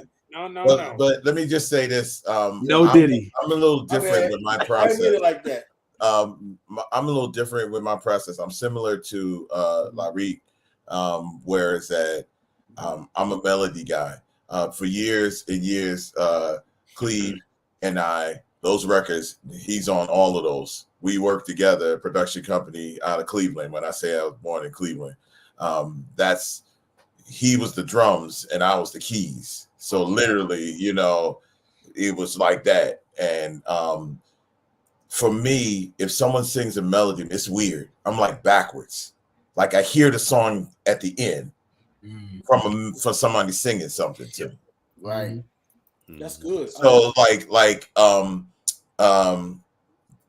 Jason has a song that I know we're gonna do. Get Through the Night. Yes, sir. All right. Yes, sir. I'm smiling. So when he sang it to me, he's good for sending me a voice memo. Oh yeah. He sent me a voice memo, and I heard Earth, Wind, and Fire. Wow. I heard Earth, Wind, and Fire. I heard the horns. I heard the changes and key changes. And so, my process is kind of different. It's weird because I hear the end and I work backwards. Wow. It all works. Like when I'm writing lyrics, I'll write the first line, I'll write the second line, and I'll write the last word of the third line. And then fill it in. Wow. It's just a crazy process. Absolutely. And I'm just like an inspirational person. Whatever hits me, inspire. Or if somebody says, "Give me something like Fred, he likes Luther, so we haven't even done written to this record, but he's like, I want a record like this, and I will create that idea. I'm a concept writer, so I like concepts. I listen to records. I'm from the day of studying Jam and Lewis, David Foster. Those are the veins that I studied. Jam, Lewis, sir. David Foster, and those guys from back in the day. What I use, I'm an Ableton Live guy. I got one controller. I used to have, back in the day, I had all those keyboards and MPCs. I'm a plug-in guy. Yeah. I'm a plug-in guy. I got my Ableton Push, and everything you hear, they're all. That's why I said, he was like, I didn't know they weren't strings. Yeah, that's yeah. And so I kind of learned how to evolve. I'm from the TS10s, in Sonic, Kurzweil 2500. MoFat, you know what that is? Yeah. I think you got a MoFat in your studio. When I was in there, Larry. Yeah. I said, you got one of the MoFats over there in the corner. I said, what the heck is happening in this studio? I said, oh yeah, I'm home. As soon as I walked in there, I looked over there and saw that. And so, I'm evolving. I'm the type of person like, what's in the streets? What's next?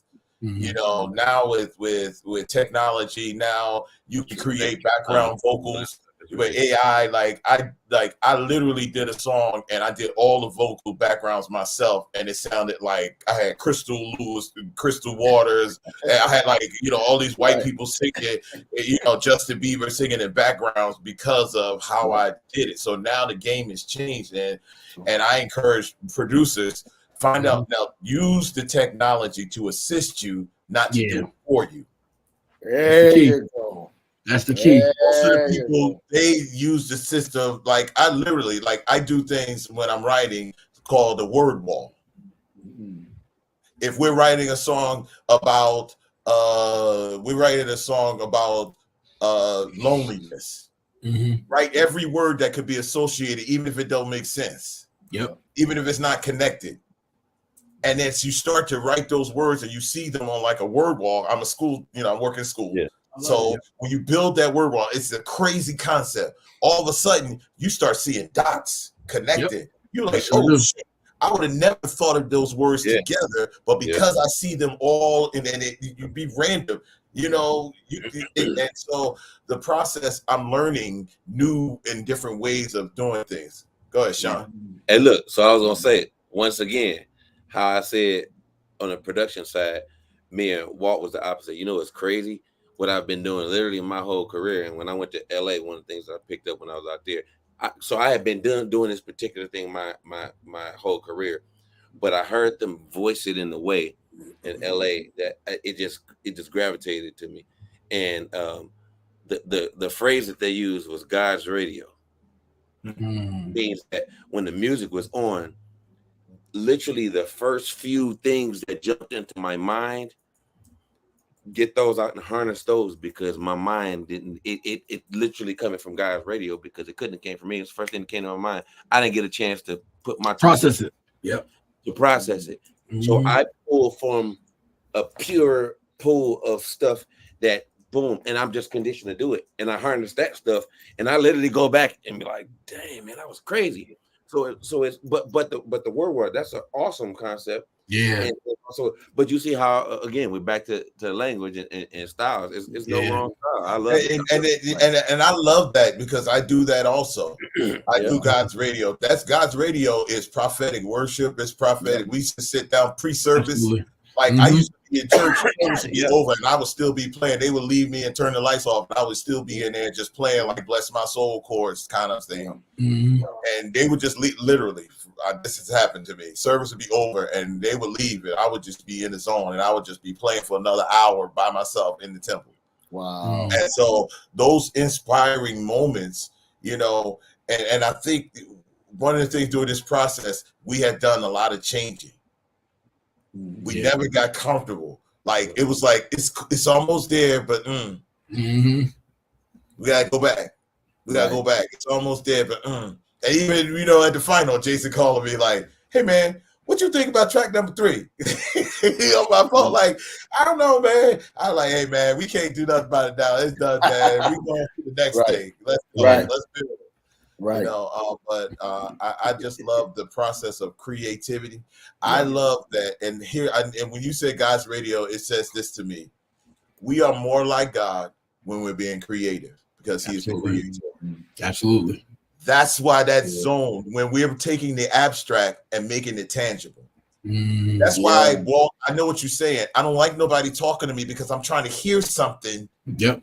And I'm not there yet, but I'm trying to get there. Yeah, if you right. interrupt me to tell me what I should be doing, I miss what I was trying to hear. Absolutely. Wow. Yep. Wow.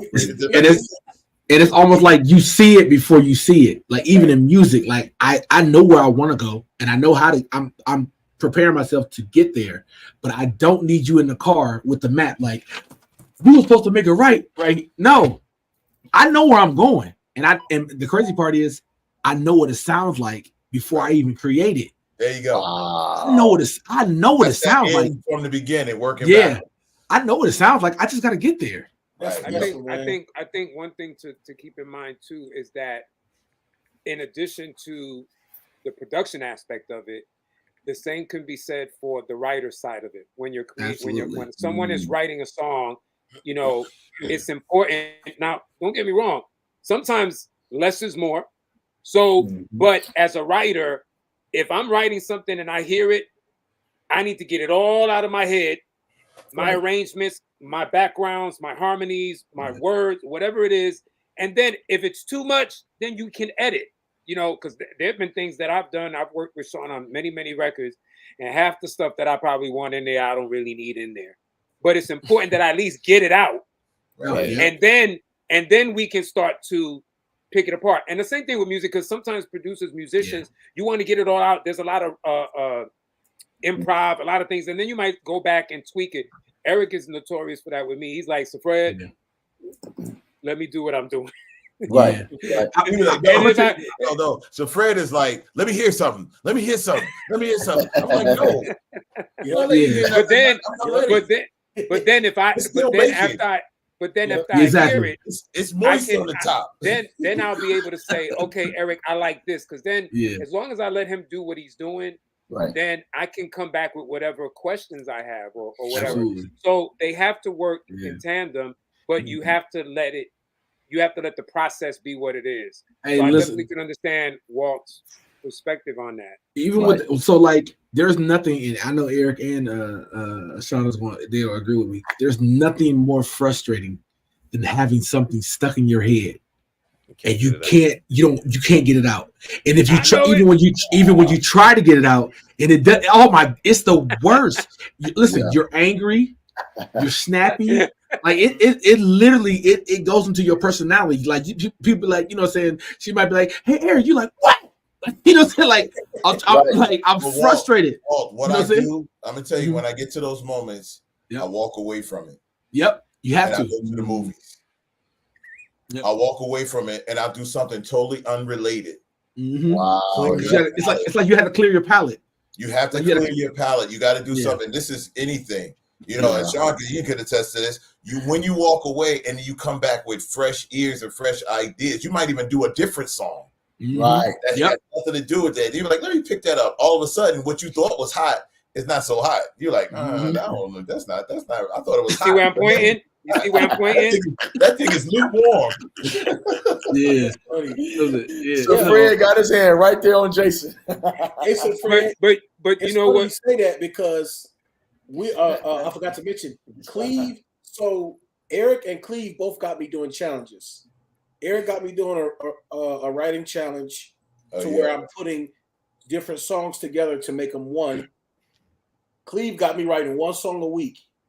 And so to Sir Fred's point, I was going to submit to you guys this week a whole nother song. And I started writing that song that I sent y'all last night. Which I love, by the way. Sweet. I'm glad you love it. Bro, I was washing dishes when that came to me. Wow. I heard a Lucky Day song. Is that why your hands look so soft? You stupid. But it has. I got the light on them. That's why. It has some Michael. It has some Michael undertone melodies to it. My wife said that, so she was like, "Who did you listen to before you wrote that?" And I was like, "No, it's not like that. I was just inspired to write." Right. And when she thought Michael too, but I wasn't even listening to Michael. Wow. But it's just crazy the way music works. Honestly speaking, I thought it sounded more like a Dawkins and Dawkins song than anything. No, but here's the thing: I was a professional background singer for 7 years on tour. Yeah. So instinctually, what I do is, even if you're singing the lead melody of whatever you're writing, my mind was predicting what the background parts were, or what the melodies were. And Michael was the first thing. And when that's crazy, it's almost like how when you guys did the Skaters version with Will, or the dance version with the Dancing Souls version, like it has that Michael thing, and so that in itself it'll challenge you. But one thing that I want to add to the conversation about the production was that Eric, Walt, Will, and Sean as musicians, producers on the side, the records would not be what they are had it not been for the collaboration between both Sean and Jason writing the records. You know what I'm saying? And of course, every producer had their input on certain things, but in terms of the lyrical components of it, it was important that that chemistry came out the way that it was. And Wow. of course, Sean knowing me, if it was whack, if it was whack, I was gonna say it. If I didn't like it, I was gonna say it. Right, You know, but it was important that it created an organic energy. The synergy has to be there. A record won't work if it doesn't sound authentic. Absolutely. But you know what, too, though? When we had that session, remember that session we had in California? Yeah. Mm-hmm. Ryan, I'm gonna tell you, it was like we just clicked. There was no egos. Had never met a day. Never met. It was like it was just like, yo, bro, I've been knowing you all my life, and I just met you yesterday. Wow. You know, I mean, that was my first time meeting all of them in person except Reek. And the crazy thing is, like, we literally laughed in the seat. That's what it was no egos. We weren't like, yo, I'm dope. My record is better. Yo, Eat a root of a Scooby Eye. Yo, let me tell you something.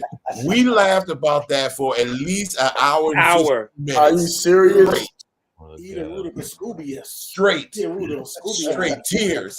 Straight tears. Like we were just watching videos on tongues, bro, for like yo, it was so bad, man. It was so bad. Which was frustrating for me because I was like, right.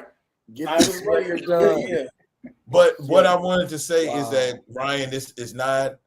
It's not often where you could get a bunch of producers in one area on a project and we not jockeying. Yeah, like like when they I was like, yo, let me try a reggae version, and I don't do reggae. Sat in the corner. I just like, okay, let me try something. And I'll just be doing stuff just for fun because at this stage of my life, I ain't chasing records. I'm not chasing artists. Right. Sean, we done did that hustle. Sean still be hustling. He be like, yo, he be online like, yo, I just sold that beat. Rika Hustle. Like, yo, I just sold that beat. Right. I'm like, dang, man. Rika Hustle. But like, I'm at a place that I'm doing things that I want to do. I want to do things that I believe in. I believe in Jason. Like, it's just something about it. We just clicked, and I'd hate for us to do a worship session together. It would unplugged worship session. It would be a problem. Man. I'm just gonna tell you, it'll be a problem. I think that needs to happen though. Real talk. Hey, but it's crazy because when I write these songs, and y'all haven't heard them yet, with Sir Fred and Will's permission, I'm going to send Eric some of these tracks. But I hear them. I'm like, that's Walt. That's Eric. I tell my wife all the time. I be like, Eric gonna kill this. Reek gonna kill. I hear it as I'm writing them. Thank you, Kanita. I see Ryan's wife, Kanita. Where'd she say she in Greece? She's in Greece, showing us love. Wow. Ryan's wife is a traveling something, dude. She be in Poland, Greece, Ethiopia. Wow. Argentina, dude, she be everywhere, bro. Tell her to bring me back some hair grease. How about? Hey, I'm about to ask for a euro. From Greece. Greece and Greece. Greece and Greece. Yeah, Greece, bro. Greece. Greece. I want to get a euro from Greece. Well, we got to get y'all to do. I just had a friend of mine actually just called me. Out there. It just said that she wanted me to go out there to MD for her out there in Greece. So we got to get y'all to come out to Greece. For Sir Fred, we gonna have to get the whole crew together. Sir Fred, we gotta. Don't threaten me with a good time. Exactly. We got my cereal box. We got to make sure. We got to make sure that the preparation for a rehearsed show is on point. For sure. For sure. You ain't saying nothing but a word. 3 crazy I got my passport right here. Right. What? Oh, definitely love you too, honey. God bless you. She said she got what I would like to say about this project as a whole, I think, I wasn't, I went to Harlem White Rock Baptist Church. That's where I was at, Harlem Baptist Church in Harlem. Freddie Jackson, Ashford and Simpson, they was all in my church. But my musical palette has always been rooted in hip hop and R&B music, but I listen to a lot of gospel. I'm from the Walter Hawkins, Tremaine Hawkins, Vanessa Bell, Daryl Coley school of listening to music. Those are the talking good. And talking good, son. So these Right. are the people that I grew up listening. Tremaine was one of my favorite singers.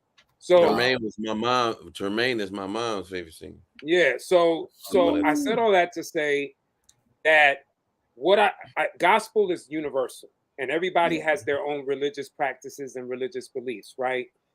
But I think that the message behind this song needed to be delivered, and it may not have been delivered in the same musical or production of one specific, which is why I wanted all of these things to touch a different audience, a different group of people.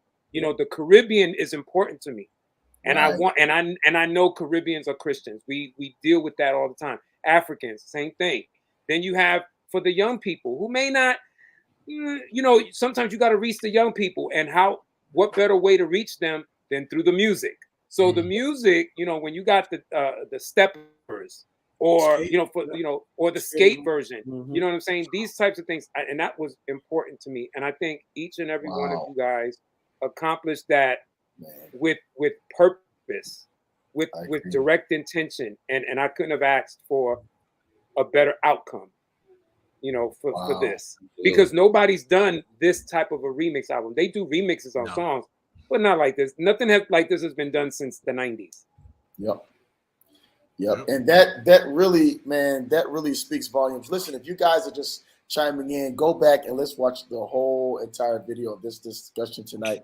We've got Sir Fred Mitchell on here. We've got EJ. We got Walt Burger. And we got I Am Lyrique, Mr. Sean himself, all supporting the record for Jason Rutley. Of course, if you guys are watching, you can definitely go to jasonrutley.com. You can find out all of this information that is there. Real quick before we get out of here tonight, let's start with you, Sir Fred and Jason. What's next? What can people expect next? And I think you guys touched a little bit about it a little earlier about your next record already. I'm sure a lot of people are going to be excited about it. People go to iTunes, Amazon, Rhapsody, YouTube, everywhere that music is sold is and where music is available. Go download this record right now. I promise. And jasonrutley.com. Yes, and go to Jason. Let's bring some traffic, you guys, to jasonrutley.com. Also, he has some merchandise that's there. Go support it, guys. I was supposed to be wearing, put it up there, Jay, again. Okay.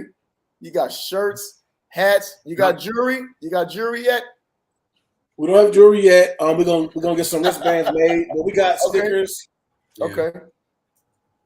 I think what's next is this. My partner and I, William Lockwood and myself, we've already been having conversations with 4 gospel music labels that we're still negotiating. We're having conversations, we're understanding what their expectations are, what they're looking for, what they need from us in order to solidify anything. So of course we're playing salesman now. So but we're in those types of discussions. But the next part of it is to create a music video, which we're going to be discussing shortly, for one of the versions of the song from the album, and then also working on the new album while creating other opportunities for Jason to be seen and heard while developing developing his stage show. Nice. That's good. Jason, did you want to add anything to that? Yeah. Working out, eating better. That's good, man. Working on the image part, as well as, like Sir Fred said, getting ready for the stage, presentation of it. I just wanted to shout out, man, I want to shout out to everybody that's right here on this live, but shout out to Reek, man, because of Reek, I was able to encounter all of this. These guys really made it special. I mean, I knew Walt and Reek separately, but the other relationships, EJ, Will, Sir Fred, and even JJ, Jonathan Jennings, the mixing engineer, shout out to him, who mixed 7 out of the 8 records, and then Walt mixed his own record. But man, I just want to shout out to Reek, man, for making it happen, man. Thank God that we connected Yes, sir. back in 2013. That's my And yeah, man, I can see long-lasting relationships. I can see hit records, awards, all of it, man. And like EJ said, I'm proud of just the spirit in which we did it, man. You know, shout out to Sir Fred and Will, the executive producers. You know, investing in me, putting money behind me, flying me out, you know, flying out to where I'm at to be a part of my events. You know, just keeping me on the straight and narrow and showing me the way of how to be an artist and everything like that. But you know, shout out to all these guys, man. They all have played a major instrumental part of my life. Shout out to you, big bro. You were our musical influence first before anybody else was. Wow. Ryan Rutley would be, you know, my parents had 5 boys. We were all born between 1980 and 89. So mom spent the entire 80s pregnant. But Ryan is my shout out to dad. Shout out to dad. Exactly. What's up, Bishop? Yes, sir, Bishop. Wow. I actually just made a call to my dad and shouted him out about having me the other night. It's inappropriate for this, so I'll tell y'all offline what I said. Having you crazy like that. Yeah. But shout out to Ryan Rutley, man. This dude, man, we would be asleep. Listen, all 4 of us would be asleep, you know, in our rooms, and Ryan would be sitting at the end of the hallway with a keyboard in his teenage years with headphones on, playing melodies. And this is why God allowed him and afforded him an opportunity, man. He's played for major gospel artists, pastors, bishops, mega churches, you name it. Man, this dude has been all over the world. So shout out to you, man, and thank you for the opportunity, bro. My eyes are just sweating a little bit. Shout out to my wife. Hey, listen, shout out to my wife as well, man. Crystal. Yes, sir. Sweetheart. She has been truly a sweetheart. Yes, thank you, bro. Truly, She's been amazing along the way. Sean knows her. Sean actually, Reek knows her. When we I did our wedding song, and Reek produced that, so that we're gonna be putting that out as well. Wow. Reek, and then the Joker put like $100 in our hand, like for our anniversary, because that was like my gift to her. And so I'm grateful for all the investment he did in me, just over the years, man. And I'm just proud of the team I have. I wouldn't trade them for nobody. And it's about this, man. You got to keep your team close. And I'm just excited because they don't even know the stuff that I've been writing. It's going to be a whole situation going forward, man. So I'm just grateful for this night, for the Bless My Soul album, a remix album. Shout out to Cleve again, Will, who couldn't make it, but he's been in our corner. He been calling me. Me and him been talking. Me and Safray used to talk all the time. Now me and him, so I'm kicking. No, I'm just playing. But no, me and Will just talking. Put me in the garage. Right.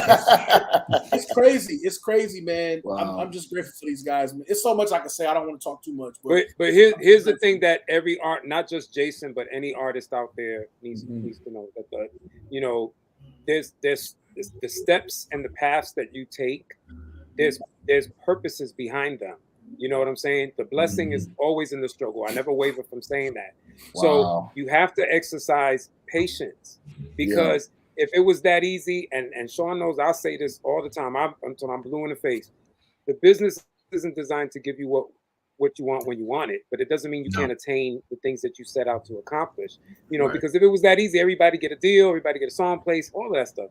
So just be patient, but just be ready. Be ready for when your moment is presented. Because when it's presented to you and you shine, trust me, everything, every reward, every accolade, every recognition, every blessing, which is what makes this song so profound in itself. The title alone is profound. Wow. You know what I'm saying? Man. And I wish, and that's something that you still need to keep that in your spirit. No matter what other records you do, always remember what it represents. Right. So be patient, because trust me, when the things happen, just be ready for it. and deliver and create those moments. You know. See, it's the what you do while you're waiting. I think Yes. what happens to a lot of artists, they get so anxious because they really want it so bad. And so that's when the frustration kicks in, because you really want it, and you know this is what you've dreamed of. You all your life you just wanted this, but you have to understand that you're being developed in these moments. And it's like you don't want to go shoot 1,000 3-pointers in the gym by yourself after practice, right? Because that's not sexy. Right. You don't sit down and you got to sit there and play scales and keep playing scales, and it's the boring work. But it's the stuff that makes you, because when the door opens, you say, "I'm ready." Not like, "Oh, I got to get ready now. The door's open." Yeah. And I think that's because ain't nobody gonna wait. No, that's what happens. A lot of artists, they get frustrated because they want it so bad. Right. It's like, no, is your character ready? It's Are all you ready physically? all imperfect. Is your money ready? Is your mentality ready? Are you ready to put in the work? Of, you say you want to go on all over the world. Do you have the stamina to do 5 shows in 5 days? 5 shows. You have the stamina to do 5 consecutive songs. How about that? Let's start there. Right. Yeah. Wow. So it's a lot that goes into it. So I'm glad to hear that Jason is working on his health. Because see, when the road opens up and you ready to go, you got to be able to give the people what they want. You can't be like, I'm tired today. Yeah. Right. No, you got to be ready. That's real, man. Real talk. And there's be ready. There's a famous quote by Linda Ravenhill that says, "The opportunities of a lifetime must be seized within the lifetime of the opportunity." When those doors open, they don't stay open long. It's just like what EJ said. Like you might shoot 3,000 3-pointers a day, 3,000, whoop, whoop, whoop, whoop, whoop. But your opportunity only comes one time in the game. That's true. But it's the preparation from you shooting and learning like, okay, listen, I gotta open my fingers up a certain way. I gotta make sure, saying that, I plant my feet right. I gotta make sure my elbow is pointed. It's all that preparation that happens. It's learning those scales and the different scales and understanding why things happen the way they do, or why music makes you feel this way, what keys move people a certain way, or stuff like that. All that stuff that you do when you're waiting for the opportunity to happen. That way, when the door opens, you right through it, and you and people aren't mad that you're there. That's the thing. Because a lot of times people like they'll let you in the door, but then they like, bro, who is this, bro? He don't understand what a major or minor scale is. Who is this? You know what I'm saying? Because the opportunity is gonna happen. You gonna get opportunity. You do anything low enough, you gonna get an opportunity. But it's just the fact of making sure you're prepared when the opportunity happens. So that's so good. You're Sean, preaching tonight. You're preaching tonight. Sean, give us some. EJ and Water preachers, man. Wow. They got the collars on up under what they really wearing. They got the white collars. No, hey, EJ, tell them we wear hoodies during the week. Hoodies and chains. Hoodies and chains during the week. Listen, this is what we do, man. But you don't have to, like for me, I have to be in a certain creative space. I have to protect my witness. Yes, sir. I don't have to be corny. We can have fun. We laugh. We have so much energy. The last time when I came up and I stayed over for the day, man, we had so much fun creating that brown skin love, man. Oh yeah. We was dead tired. Wow. Bro. Wow. We in this space of, and I'm sorry, so Fred, were you about to say something? Yeah, I was just gonna thank you for inviting us to be a part of this and share, the journey and the process of this project, because this is your platform. You have viewers, you have followers, so to be able to speak to people about a project, because obviously if you're not promoting it a certain way, people tend to forget. So that's why it's important to utilize any and all platforms to get the message out, to promote. So I just want to thank you for the spirit of brotherhood and bringing us on here to share, the testimony of this project. It's a joy.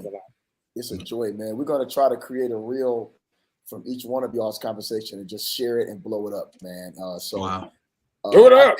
Yes, sir. Yes, sir. It's gonna be dope. So, since we are in this space, if you guys want to add anything to it, man, I want to start with you, Sean, and then we work our way around the room on just a word of advice for creatives, whether it's producers, singers, musicians, if it's engineers, whoever they are. What would be under 45 seconds? What would be a word of advice you would share? All right. Yeah, for me, writer's block is not real. It's a fallacy. It's a figment of your imagination. You literally can find tons of subjects. You can look at your desk and see the clutter on the desk and find 1,000 things to write about. It's where the constraint comes from is you worrying about whether they're going to like it or not, or how are they going to perceive it. If you remove that and just simply go on your instinct and do what you want to do, you'll hit your mark every single time. That's my advice. Mic drop moment. Okay, EJ, word of advice for creatives. My word for creatives would be authentic. There are a lot of people out here trying to do what they think people want to hear. But be bold enough to be authentic and be different. And guess what? Everybody's not going to like what you do. Right. But somebody's going to love what you do. And so you are writing for the person who loves what you do. Wow. And so it's important for you to be authentic to you. I told the challenge, he didn't tell you what the challenge was, but the challenge was I told him to find 3 different genres of artists and write a song in the style of 3 different artists, of 3 different totally genres and stuff that will make sense. I didn't say it because I didn't know if you wanted to get that secret. I don't care. Okay. Listen, I ain't in that camp of, you know, like I use Ableton Live. You know, when I came up, we used to sit behind the organist. Y'all know what those days though. We sit behind the keyboard and they be after church. They just be doing. You be like, woo, you know, woo, you know. Yeah. And so Ric Flair, that's the Ric Flair moment. But every studio I went into, I'm sitting with John Marie Horvath, who just mixed the Michael record. You know, I'm sitting there and I'm just world-renowned John Marie. Yes, Horvath. I'm just sitting there just watching what he does, sitting with Dave Darlington, you know, like these guys, Dave Pensado, and I'm just listening because everything you grab, you can apply it to your way of thinking. You add it. So don't be afraid as a creative. Don't be afraid to try what you feel. It might not be popular. Right. This cookie cutter stuff that's out here now is so frustrating. Half these records I don't even listen to because I can't. Everything sounds the same. Yep. Yep, I agree. So don't be afraid to do what you feel. And some people might not get it and they might not like it, but somebody will love it. That's my word. Wow. Amazing word. Let's go to Walt. Walt, you got to give the people a word of advice for all of our creatives. Don't be afraid. Don't be afraid to learn while you wait. For some reason, with our society, in our society nowadays, because everything is direct to consumer, everything is, you know, see, and a lot of times with I'm sorry, social media, you find I don't. We gotta go. Yeah, I'm sorry, man. So you good? Hey, love y'all, brothers. Love you too, bro. Yeah. Yeah. Yes, sir. Peace and love, everybody. Just like what I was saying, as far as like, it's so easy for, especially in social media, everybody wants to seem like they're ready, and there's nothing wrong with getting ready or being a base or being like getting information and being willing to be like, yo, like I'm gonna tell you the truth. When I went to the album release, I was more honored to be in a class with a EJ, to be not named among a Reek, you know what I'm saying, with a Fred Mitchell, with a Cleve, you know what I'm saying, because like I know this, like I come from the era, you know, open up the CD package and reading names. I come from that era. Like, oh, okay, he did that. Okay, who mixed and mastered? Okay, they did that. Okay, so like what I was saying, I had put a post on my page, and I had told I had made a statement that said to all the people who thought they were taking advantage of me by not honoring my gift or the call of my life, thank you, because while you thought you was getting over, I was learning. Wow. And my whole thing is it brought me to the point that I'm at now. Because one thing I will say, and here's the actual advice to creatives: don't be enamored by the gift. Get to know who the gift giver is. Wow. Because when you search for the giver of the gift, it explains the gift to you so much more, and it makes you appreciate exactly what he put on the inside of you. Because the fact of when you just enamored by the gift, oh, I'm able to make music, oh, I'm able to make people move. Okay, but when you understand that and you get to know the person who actually gave you the gift, the one who actually put it inside you, man, it just makes everything easy. And you're just like, wow. And then you find identity in that. So my whole thing, get to know the gift giver, and don't get to know the gift. That's my advice. Lord Jesus, man, y'all tearing it up out here, man. Yeah. Sir Fred, we're gonna finish out with Jay Rut. We're gonna have Jay Rut rock us out. Sir Fred, you got a sermon too, man? Go ahead and hit us with it, man.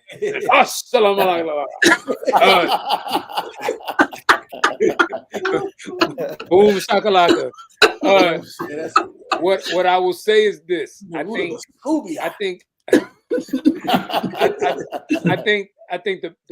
the advice that I can give is to any creative is life is a constant education. You are never beyond learning something new.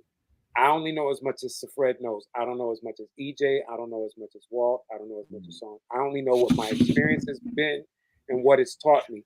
But it's important for artists coming into the game that want to be in the game to know that whatever they see is what's being fed to them. But you don't know what it took to create what you're being fed. So if you don't, so be patient. Follow the protocols and the processes. Take your time with your gift. You see what I'm saying? You can be the greatest singer in the world and have the illest runs in the game, but that's just the skill that you have. Doesn't make you a singer. It makes you a singer with a skill. Now, my advice that I was given to me by the person that I revere the most in my life is Luther Vandross. And after 25, 30 years, I got a chance to meet him working on his Dance with My Father album, and he wanted to record 2 of my songs. Unfortunately, he passed away right before he got a stroke prior to the session, which was disappointing. But upon meeting him, his advice to me was, be your own interpreter of song and believe and feel what you're creating. That's what's going to sell, what's going to make it believable to the people. And we live in a social media age where now you're judged on whether or not people believe what you are singing and rapping about. So just be patient, trust the process, trust your team. You know what I'm saying? Trust your team, and you'll get far. Man, this is an amazing night, man. I appreciate all of you guys. Thank you so much for sharing that advice. And now, the featured artist himself, the voice behind all this great music and all this production. Jay Rut, what advice would you give for all creatives, man? You're doing it. You're in it now. You're on a journey. You're not done, bro. What advice would you give to the world, man?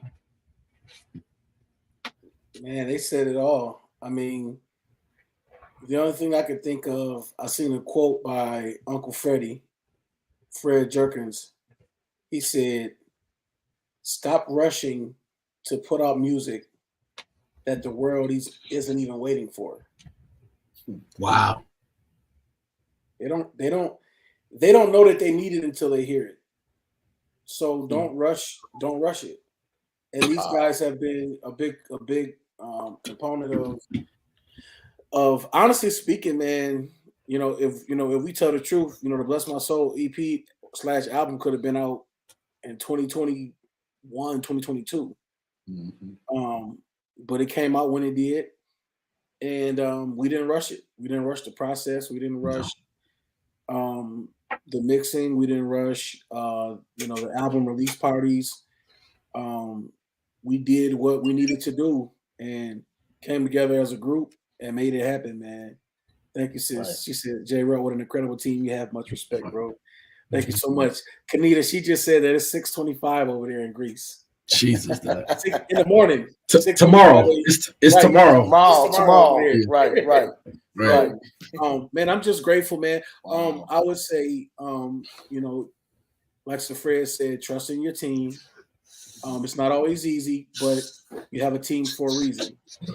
Rely on your team. Rely on the people that are there to help make your situation better. Keep people around you that's gonna keep you accountable. Mm-hmm. My brother, I got 4 brothers. God put me right in the middle of 5 boys. So I got 2 older brothers, 2 younger brothers, and I'm getting advice and encouragement and correction and all of that on each end. Right. I'm right in the middle of it. So keep people around you that's gonna keep you humble, man. That's rich. And be honest with you. You gotta be honest with yourself too. Yes, sir. You gotta know who you are. Hey, listen, guys.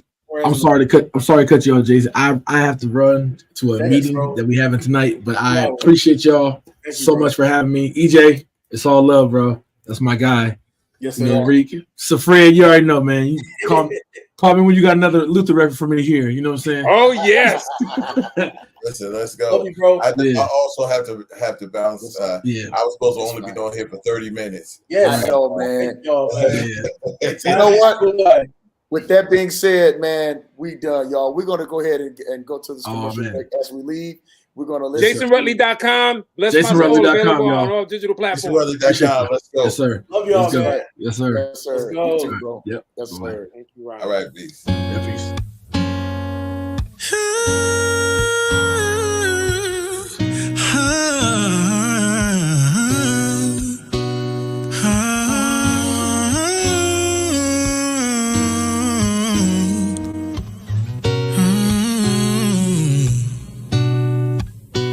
Through all my struggles and my fights, watched over me day and night, abundantly gave me life, and you blessed my soul, made me a part of your plan, told me I am greater than, promised me you'd hold my hand and not let go.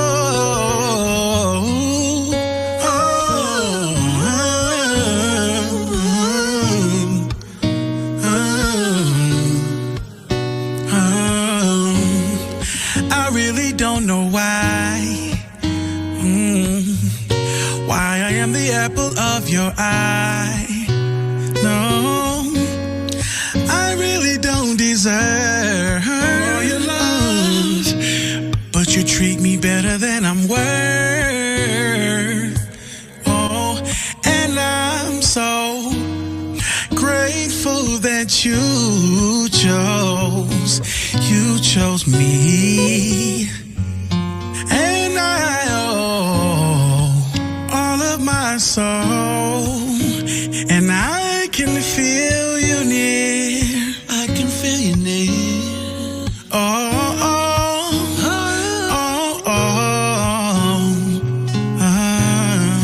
You bless my soul.